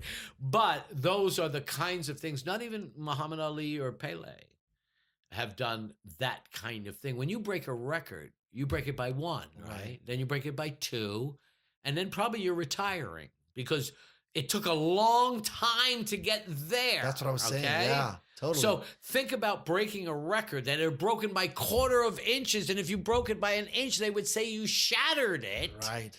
To break it by feet. But it was Mexico City, so the air density, you realize that helped. Oh yeah, it's They're lower. ego They're jump. right. It's like the longest field goal, right? For years was who? Dempsey, Yeah. Okay. right? 63 yards until Mile High Stadium. I was just And going to then, say of course, Denver. Wow, look at Right. the balls are flying around. I was gonna say Denver is like they put a balloon. It's like if you play football or some kind of sport, you got to put a string around your ball. Correct. It's definitely It's gonna gonna leave the float stadium. away. It's gonna Right. leave the stadium. Helium. It's gonna leave the stadium. Talk about air game. What is it? But you know what's so funny? Deflategate. I went up there and it's different.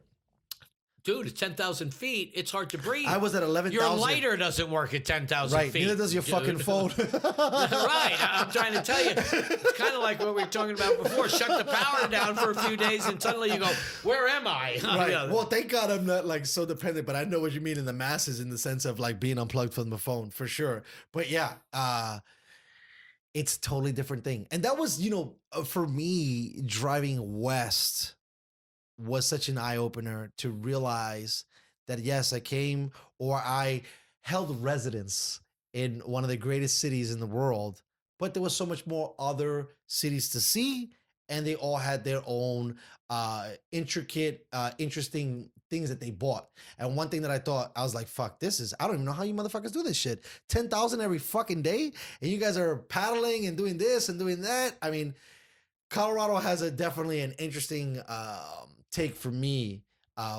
because it's different than a lot of other places in the U.S. because of the elevation and what that does to people. Maybe they're happier, right? Because every time you go, right? I'm just saying, like, I think they're the ones that try to, have the best of both worlds, right? So it's kind of a compromise between the outdoors and a megagopolis. Well, right? There's no real megagopolis because that one is the East Coast and a little bit of the West Coast.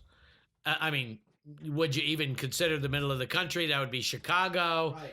But no, it's kind of like what I was talking to you about earlier when I said about,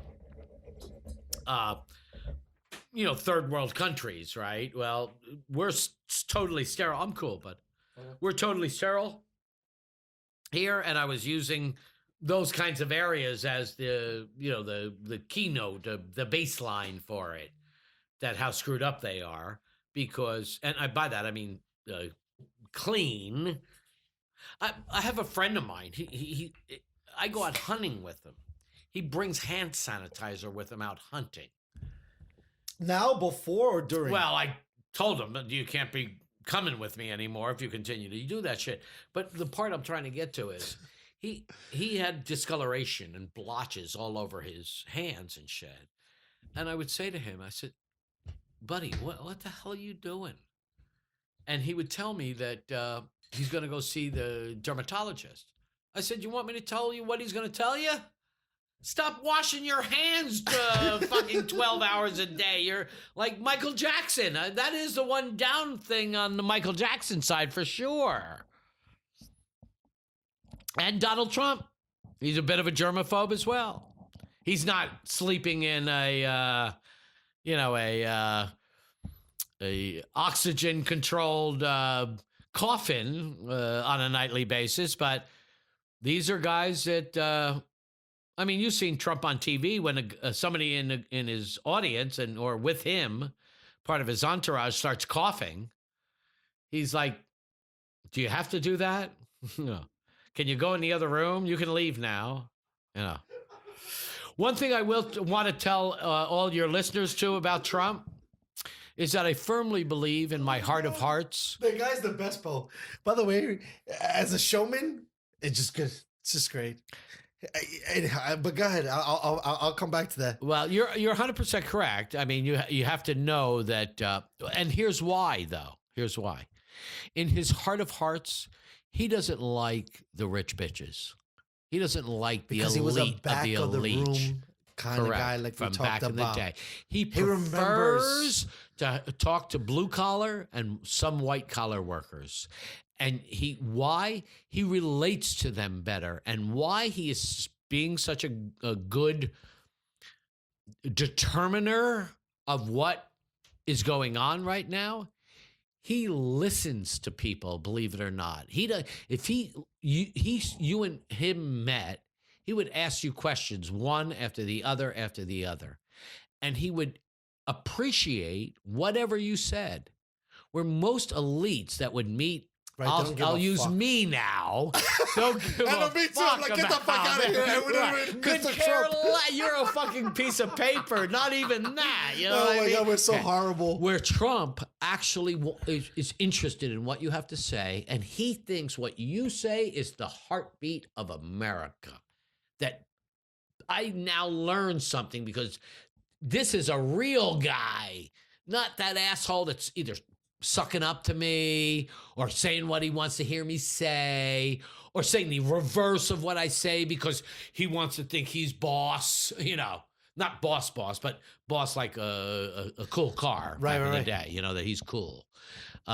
So Trump, believe it or not, I believe is still that the son of his father. Right. As we all are.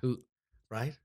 As we all are. That's one thing that is very true. Because that shit fucking rings true to me. My dad wasn't a billionaire tycoon by anything, but I am my father's son, right? Yes, you are. Right? And that's as Trump too. And that's crazy. I mean, We talked about it. I try not to. I don't want to put too many things. I mean, you've been more than gracious, but to see or to discuss about how originally the Trump family was greeted, and now this guy. I mean, who would have thought? I'm sure those fuckers are eating crow, right? Right. When you think about maybe who knows what enemies. I mean, I don't think Trump has like in the upper echelons that many enemies, but people that if you thought that they did. I'm sure they got to be like, damn, I would have never thought this little, and but the thing is, from the jump, he seemed to have, he got it, right? Again, it's his communication, his connection to real people, real citizens, okay? Because you have to remember one thing. Think about it. He walks into the card game. He's not invited, right? He walks into the card game, and all the principals around the country are sitting there, even around the world, with their big stack of chips in front of them, right? They all got their chips, right? And here comes this fucking guy into the room. Okay, you ready? I'm ready. Okay. Those guys control the world. Right. And he flips the table upside down.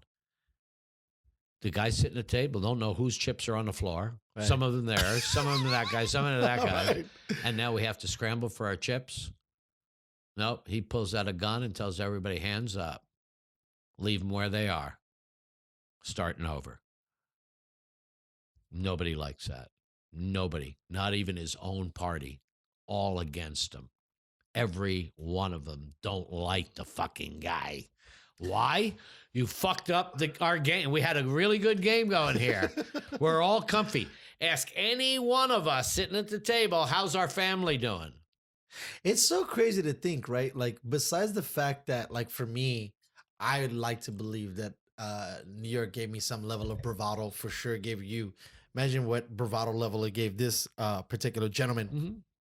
But, as you bring that into the fold and just so much hatred from so many levels. But I guess you talked about it earlier, right?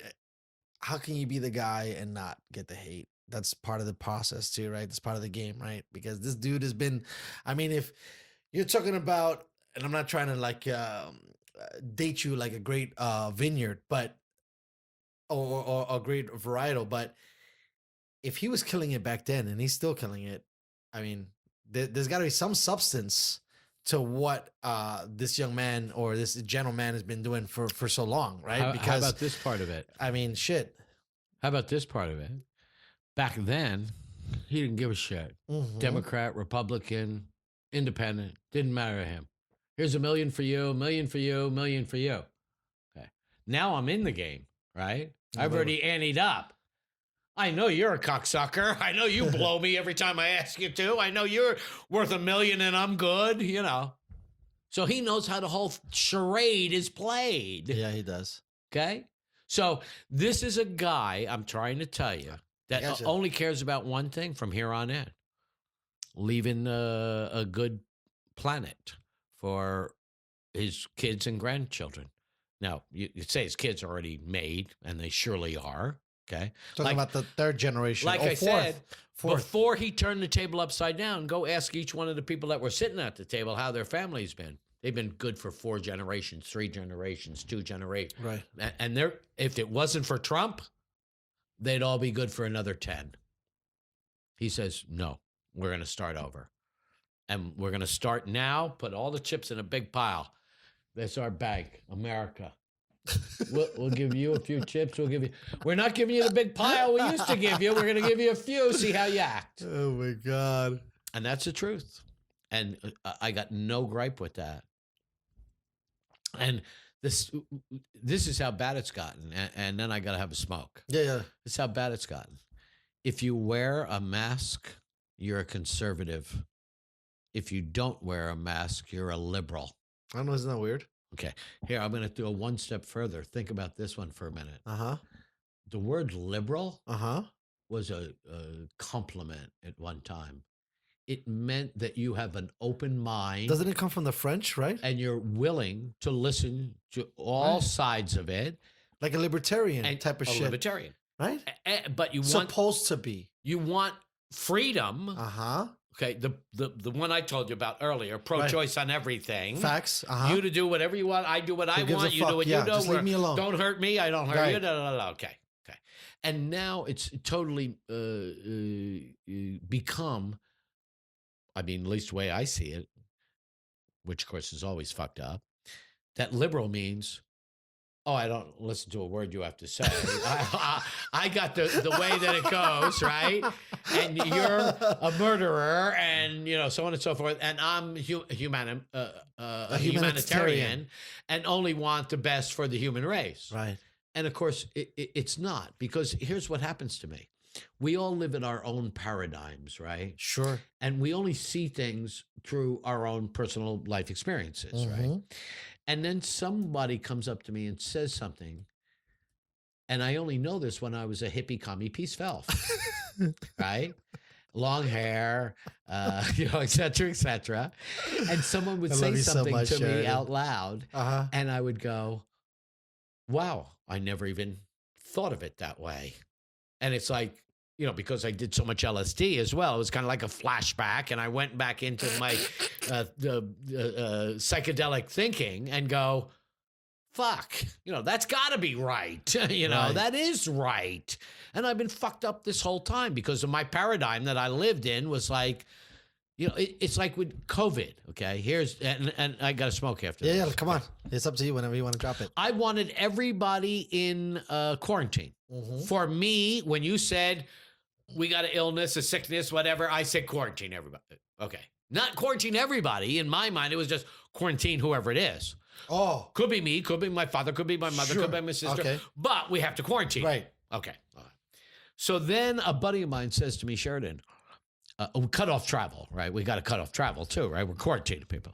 He says, Sheridan, what could be more perfect than having us human beings like sheep all go to the airport, the train station, the bus station, get in a nice organized line, come down the path. I put a little thermometer on your forehead, tell you if you can come or not come. Perfect way to test all these sheep.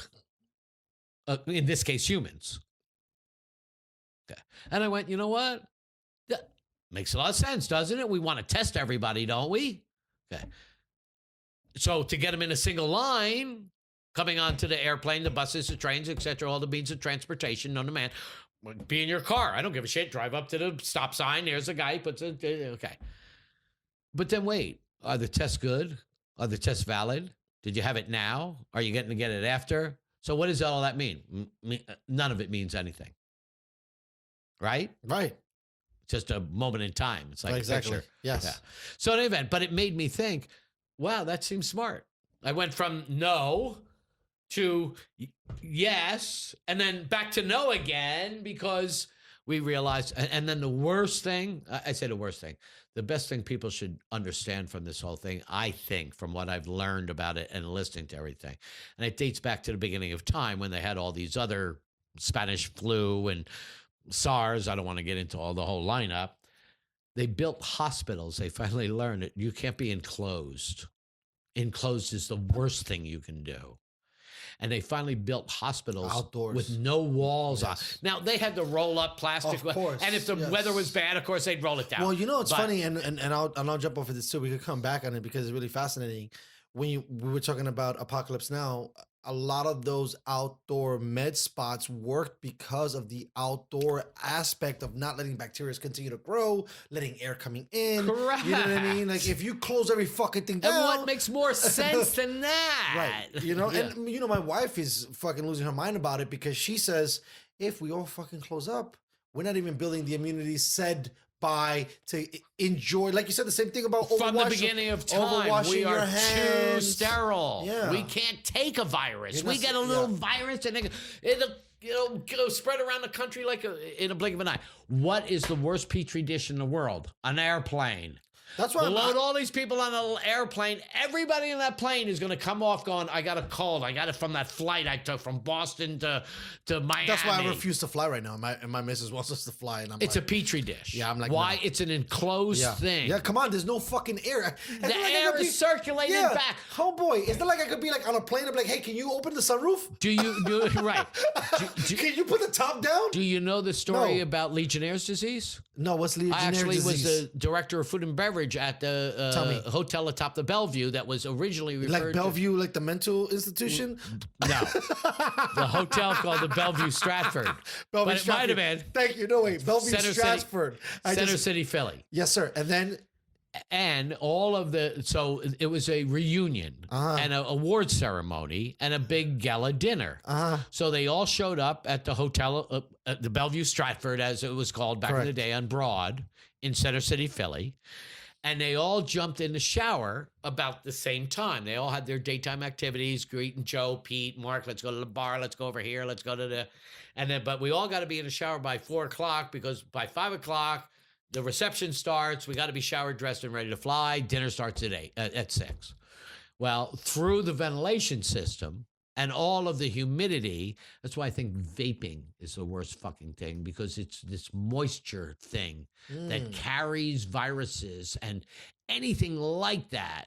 And nonetheless, it became known as Legionnaire's disease. Everybody in there, 2/3 of them fucking died, et cetera, et cetera. It was all a lung, breathe in, ventilation, air, and moisture.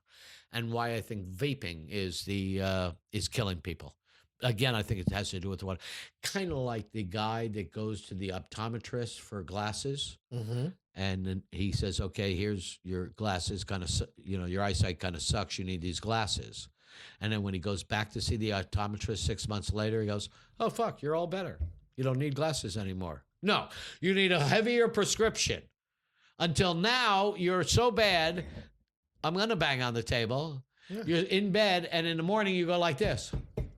Because you can't even get out of bed without finding your glasses. It's a crutch.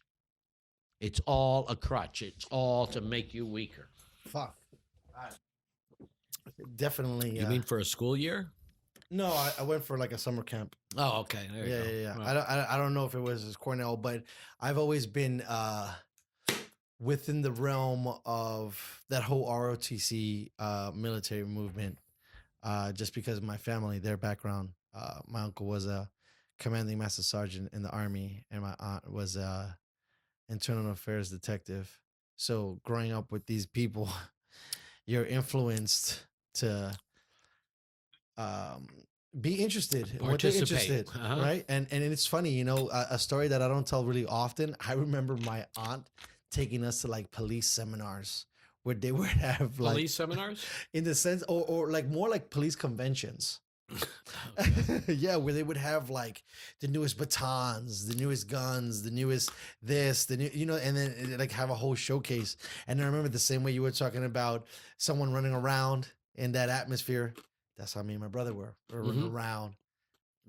It's weird. I grew up with kind of in an interesting thing where it was like I grew up with cops and criminals. Seriously, because they kind of go hand in hand, right? Right. Well, the best. You don't need cops if you don't have criminals. I think the greatest line to solve that whole thing is the best way to catch a crook is to be a crook, right? In that regard, so you have to blur the lines. Like that whole world can't exist without the other. It's like Batman without Joker. Kind of go back to Apocalypse Now, right? Right. The only way you're going to beat those guys is to be more clandestine than them. You have to know the game. You have to play the game. And you have to beat them at their own game. And the only way you're going to do that is to be even more whatever it is than they are. Right. In this case, it's, shoot them up, bang, bang, you're dead, Right. But yeah. Fortunately, we got good guys like that. Right. And so being in that atmosphere. SEAL Team 9. My uncle always had big biceps and he had tattoos. I remember he was a huge idol of mine because he was like my true rock star. This guy had like a tattoo of a naked girl, and as a young boy, I'm like, wow, that's fucking cool. Who even knows if it was or it wasn't? But to see a guy kind of really in shape, right? He kind of looked like fucking young Arnold because he went from a skinny dude to being a really big guy in the military. And he climbed his way up through the ranks, obviously, if he was a commanding master sergeant, but always watching him come back and always just wanting to be like, damn. And then you tied it into all the 80s fucking movies that came out that were like, being that action shit. It was just like, wow, seeing this guy so cool. And as a young person, I wanted to do my part and serve my country because I was like, man, if serving your country is this cool looking, I want to be part of it. hell yeah, bro. There's a rock star component to being in the military? This is amazing. Because this guy is sure making it cool. And he always had like the best high-end tights. This motherfucker used to, I remember him, he was so lame because I want to use the other word, but I want to respect everybody. He'd blow dry his fucking hair, bro. Oh, wow, did he? Yeah, just That's to get like a weird. nice feather. Oh, yeah. Because he only kept like a little bit. Yeah. So, right? Because it was always Yeah, high a lot and of those tight. guys, you got a piece of paper on there. Yeah, their shit was flat tops, right? Damn. But he figured out a little bit to get, and then all of that. It was skin tight fades, you know what I mean? Yeah. And then watching that, and then like I said, things didn't work out for me working for the military, but I've always had, a respect and an admiration Good. for, the branch of service. My wife served, which is crazy. Which finds it even more interesting for me to be in that realm, right? Because I went from, already being used to that kind of a background, right? Because I went with my uncle and then be other cooler motherfuckers. They have cool tattoos. It was like, I swear to God, bro, it was like that. I would go to North fucking Carolina and he used to jump out of planes. Yeah. And these motherfuckers were crazy and they look so cool doing it. It was like fucking G.I. Joes. Right. I like G.I. Joes. I've seen like really G.I. Joes in real life. Right? They know what I mean? Socialized you to like a G.I. Joe to begin with.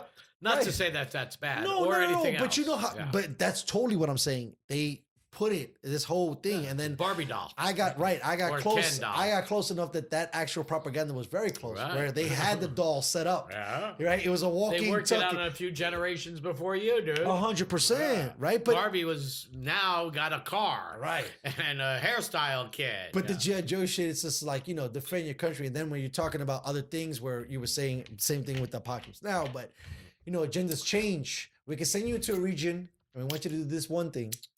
But then what happens if it goes too well or it doesn't go well or whatever happens? Now I'm kind of my own guy. Now you got to send guys to come in and get me and talk to me and see what's going on. You change. Right. And that's what I was saying. I wasn't trying to say that Brando's character was too much, but it's very similar to the Noriegas and to when you put people in positions that are like, hey, just settle this shit down. And then all of a sudden, like, wait, I settled it down. Now I don't need you. Right? Or throw some kind of monkey wrench into the whole fucking program. Then you gotta send some Martin Sheen character to go see them because you're like, hey, you're haywire. But this is the crazy thing about the political game that people. I mean, everybody says people are stupid, but I'm like, damn, you can't be that stupid, bro. It's crazy the shit that we got going on, right? Where there's so much stuff happening, I guess, under the blanket. It's like when back in the day when you get away with something, you put but you still know what's going on there, right? Yeah, I agree with that. But when I think about it now, I don't see. I see it super polarized. Right, of course. I see it's but I don't either think they believe it or they don't believe it. This sounds crazy, and I'm going to say something terrible, but I think I'll say about it. The older generation kind of understand that dialogue or that prelude. Newer factions or newer generations, I don't think they've been able to do what the French have done. Have seen history because it just keeps going the same way over and over and over again. It just gets a little bit more sophisticated every time if you think about it like that, right? Well, if you don't learn by your mistakes, obviously you're bound to repeat them. Right. Well, that's the old adage. But it seems like as humans, all we do is repeat our mistakes. Oh, that's a pretty lame commentary on the human intellect. But I mean, in so much of the in masses, that's correct. When you think about history, right? It's so much, conquering, pillaging in that faction, but there's a lot of the same stuff that's happened over generations. Even if you look at, for example, like the stock market, so it's rebounded and it's gotten better. You know what I mean? It's kept going up. You think it's going to hit 30, do you? What do you mean hit 30? What's it, 24 and a half, or it was this morning? For what? Right? The stock market. Yeah. What do you mean 30? Like up %? No, the 30, 300,000. I'm sorry. Yeah. So I'm just saying. But here's how I look at it. People are happy at 24, right? They know their 401ks and investments are good at 2,600. Okay. Ish. Okay. Yeah. We blew by 27. we got to 29, and Trump made history by doing that, right? Approached 30, right? And of course, the bottom dropped out. But 30 is a pipe dream. 29 is, oh my God, sell, sell, sell, because it can't go higher than that, right? 28, everybody's happy. 26, you probably got out of it what you put in it. You know what I mean? So all those different levels are all, based on timing, right? Because if you got out now, you kind of lost. I don't think I mean, so. you can short sell the market. Don't misunderstand I'm me. not That's saying not what that. I'm talking about. I think if you stayed in this Most long, you would have people- recovered what you lost. How No, about that's that? what I said. Right. You would have recovered what you lost because Yeah. you wouldn't have gained shit. Yeah, but at 26, you're happy as a Right. puppy. Yeah. At 28, you're like, I was going to cash out in 10 years, but maybe I'll just cash out now because how's it going to get to 29? But yet it went to 29. Okay. So that's the bottom line. The bottom line is that all of that's based on like Social Security, right? There's not going to be any money left in Social Security eventually, right? So you got to start raising the age to say, okay, you guys got to put until you're 65. You got to put until you're 70. You got to put until 75. I don't know. How far does it go? Whoever thought the stock market would go to 29, Right. and change.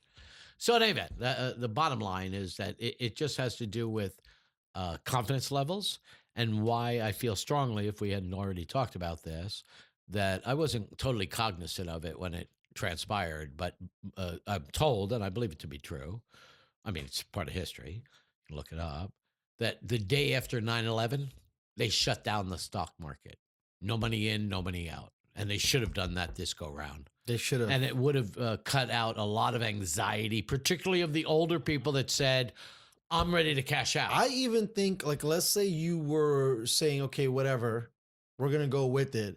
The moment someone on the floor got sick, you got to say stop. And it happened. And they still didn't say even stop. before that. No, but even if you wanted to stretch it, right? Like to be a little bit more aggressive on that side. They still didn't stop it early. They still didn't stop it late, right? Because to me, they should have stopped it because there was a lot of people making money. Because if everybody dumps everything, right? The people that have the money to dump. So if you have, X amount of shares, but a lot of shares, and there seemed to be some kind of collective for sure too, that through the media, certain companies, certain people, certain groups were dumping massive shares. When you do that to the fucking economy, bro, obviously it sends things in a spiral. Thank God it didn't send it that bad, but it made things cheap. They went back, they put it back up at cheap prices. Everybody's back. Everybody's fine. It's crazy to see that, whether it's 29 or those numbers that you were saying, it's insane for me to see that I've seen 2 different drops in less than 2 months, and everybody already gained back all those losses, which is insane, right? I just think that for the masses, and in this particular case, I'm concerned about the American public, right? It didn't disrupt, but of course, it's an international thing. I mean, right? It's bigger than us. Yeah, it is bigger than us. Yeah, and maybe even more so, the reason why you should have said what things we can. It's the old saying: control what you can control. Don't worry about what you can't control. 100%. So if we can control the stock market and go, okay, I don't care whose money it is from around the world. It's not moving in or out. You can't take it. You can't. I find that interesting that Trump didn't put some kind of stop to that. But then when you think about, let's say, someone like Bernie Sanders, if Bernie Sanders was in the position, maybe he might have been more inclined to stop it, right? Because he's talking about different things like putting more taxes on gains through the market, right? I think if a guy like Trump is like saying, let it roll, then that's the play, right? Versus being like, hey, how can we manufacture whatever more we want money to without do. having to print Right, it. yeah. Right. This guy's like saying, fuck it. If it burns, it'll come back. Like, let's roll with it. You know, like taking a little bit more of an easier approach instead of trying to strangle something. You know, I'm sure we've been around, but you know, that golden goose type of shit, right? Don't strangle the goose. Well, the only thing I would say, and hopefully it's lastly about this conversation, because it's kind of boring for me. That's fine. Although it is monetary, so it makes the world go around, is that the investments that people have now are normal people that work for normal companies, and they have financial institutions that manage their portfolio. So they have a little money here, a little money here, a little money here, a little money here, and they're just like looking at it, the normal person, as their little, nest egg, right? And to feel like over the years that they could get fucked out of it would be a terrible situation and totally non-American.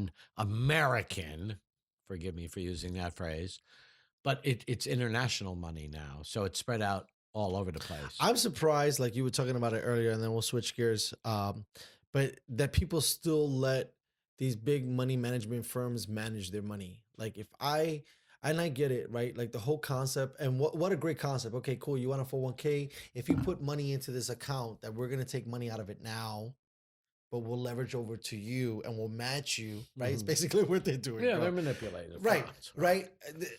But these are things that we don't know about. Okay, fine, wwhatever. Of course. We get the payday, and then you're paying some guy 2 or 3% on top of all of that to manage that.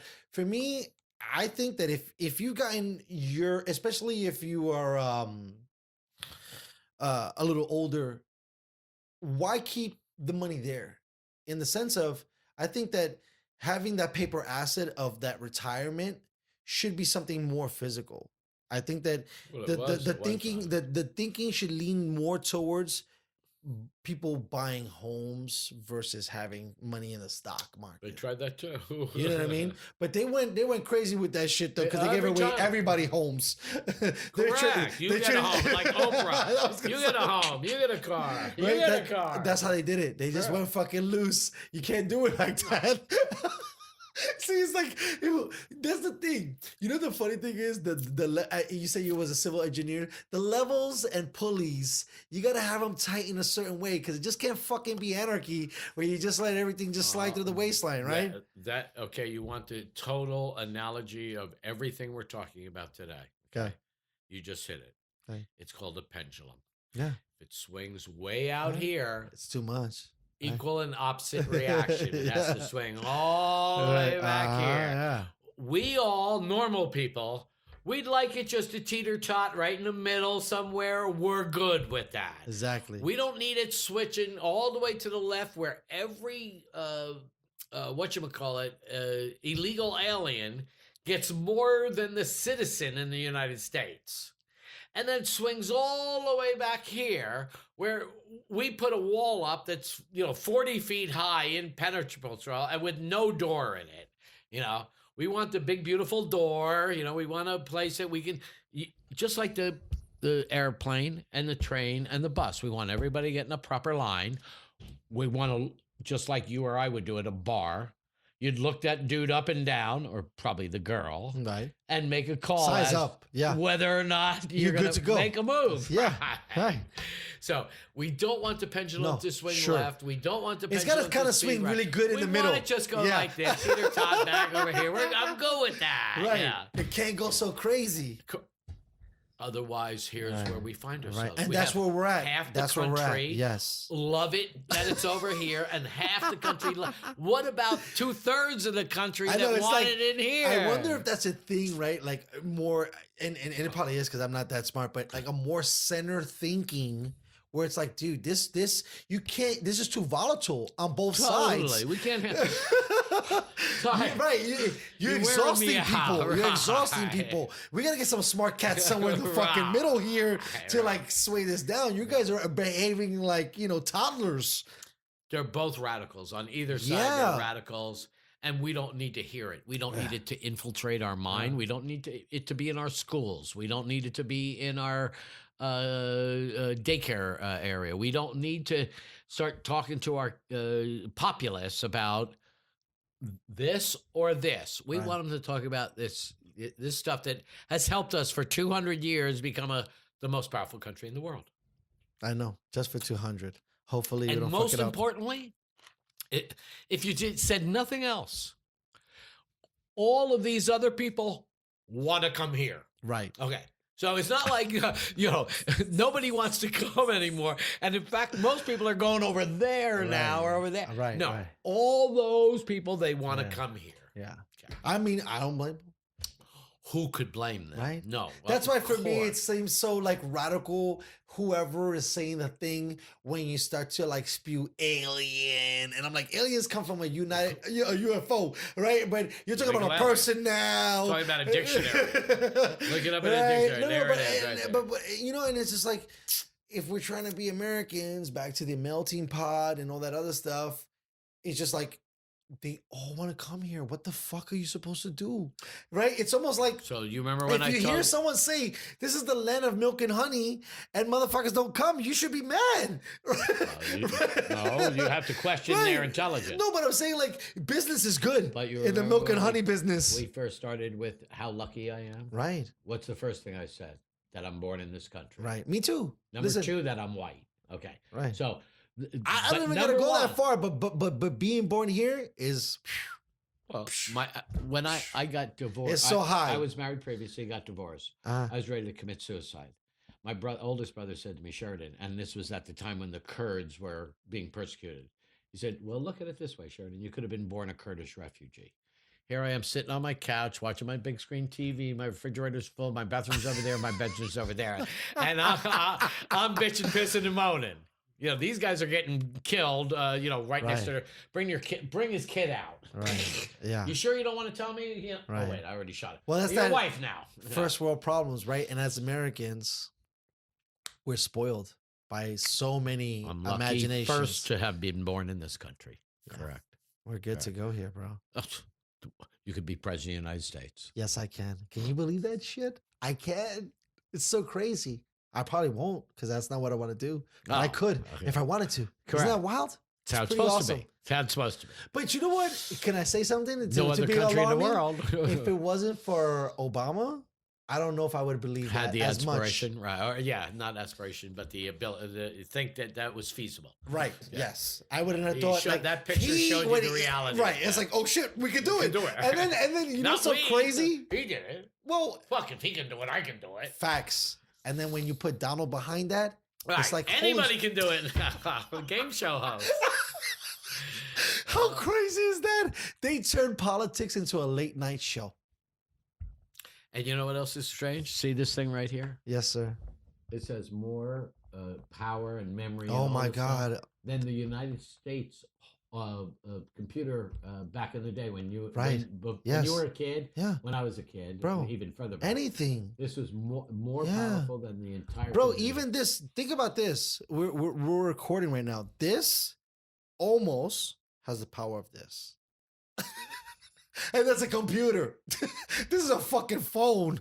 And I have it in my back we pocket. used to call it a phone. Yeah, right. It's not You know a phone why? anymore. Because you can make a phone call. Yeah, And it right. receives phone calls. Right. That's the one thing it Right. doesn't do. Which, That's why I turned off my talk phone. about it being totally fucking sad. Isn't it wild? Yeah. I like a pen. I like a pen to be able to do what? Right. Right. Yeah. I like lighters. To light. That light. Right.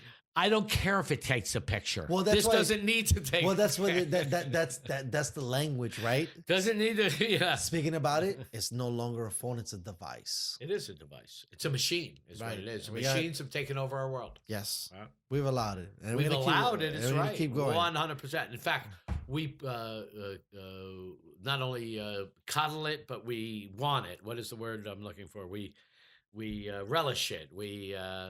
We'll pay big bucks for it. Yeah. You want to be the guy with the newest, latest, greatest, fanciest one that has all the shit. That's in why I it. said it's back to the thing. So this is the funny thing.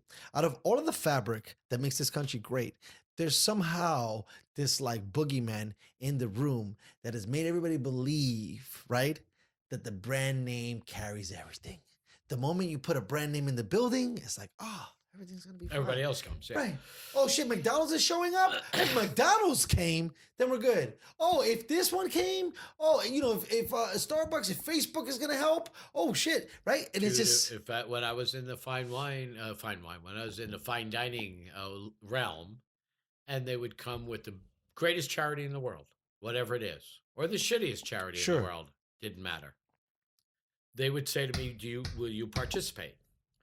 And I'd say, show me the list. Who's coming? Who's not? I look at the list. All the greatest places are there. I guess I gotta be there, right? Right. I don't want to not be there. Sure. All right. TGI Fridays. There's no reason for me to go. Right. And then we used to plate up, one of our dishes, and we would do it as fast as we could because there was a huge long line. And I turned over to Chef and I went, Chef, take your time.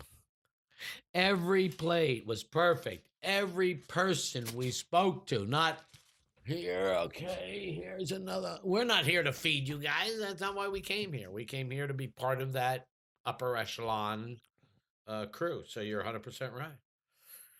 But of course, most of the afternoon you've been 100% right. What time is it now? It's coming close. It's almost 6 p.m. We started. What? Yeah. What? Yeah. I got to be home at 5. I like it. What? You mean you can't turn back the hands of time? No. You do all this stuff, but you can't turn back the hands of the time? The only thing you can't do that they didn't let me do. Right. Called history? Right. Yeah. Once you do it, it's like free will. It's in the books. Yeah. You can't close the book. Yeah. Yeah. 5 o'clock came and went, dude. Right. So I have to bid you adieu, but yes, can't tell you what a joy it was to spend some time with you. I love how you're kicking me off of my own show, which is phenomenal, and I love it. Well, thank you so much, my friend, for coming on. It's great to have you, dude. This was more than educational in so many different ways. Thank you so much, Sheridan, for you living your life as cool as you fucking did, bro, so that it's interesting to talk about. Well, do me a favor.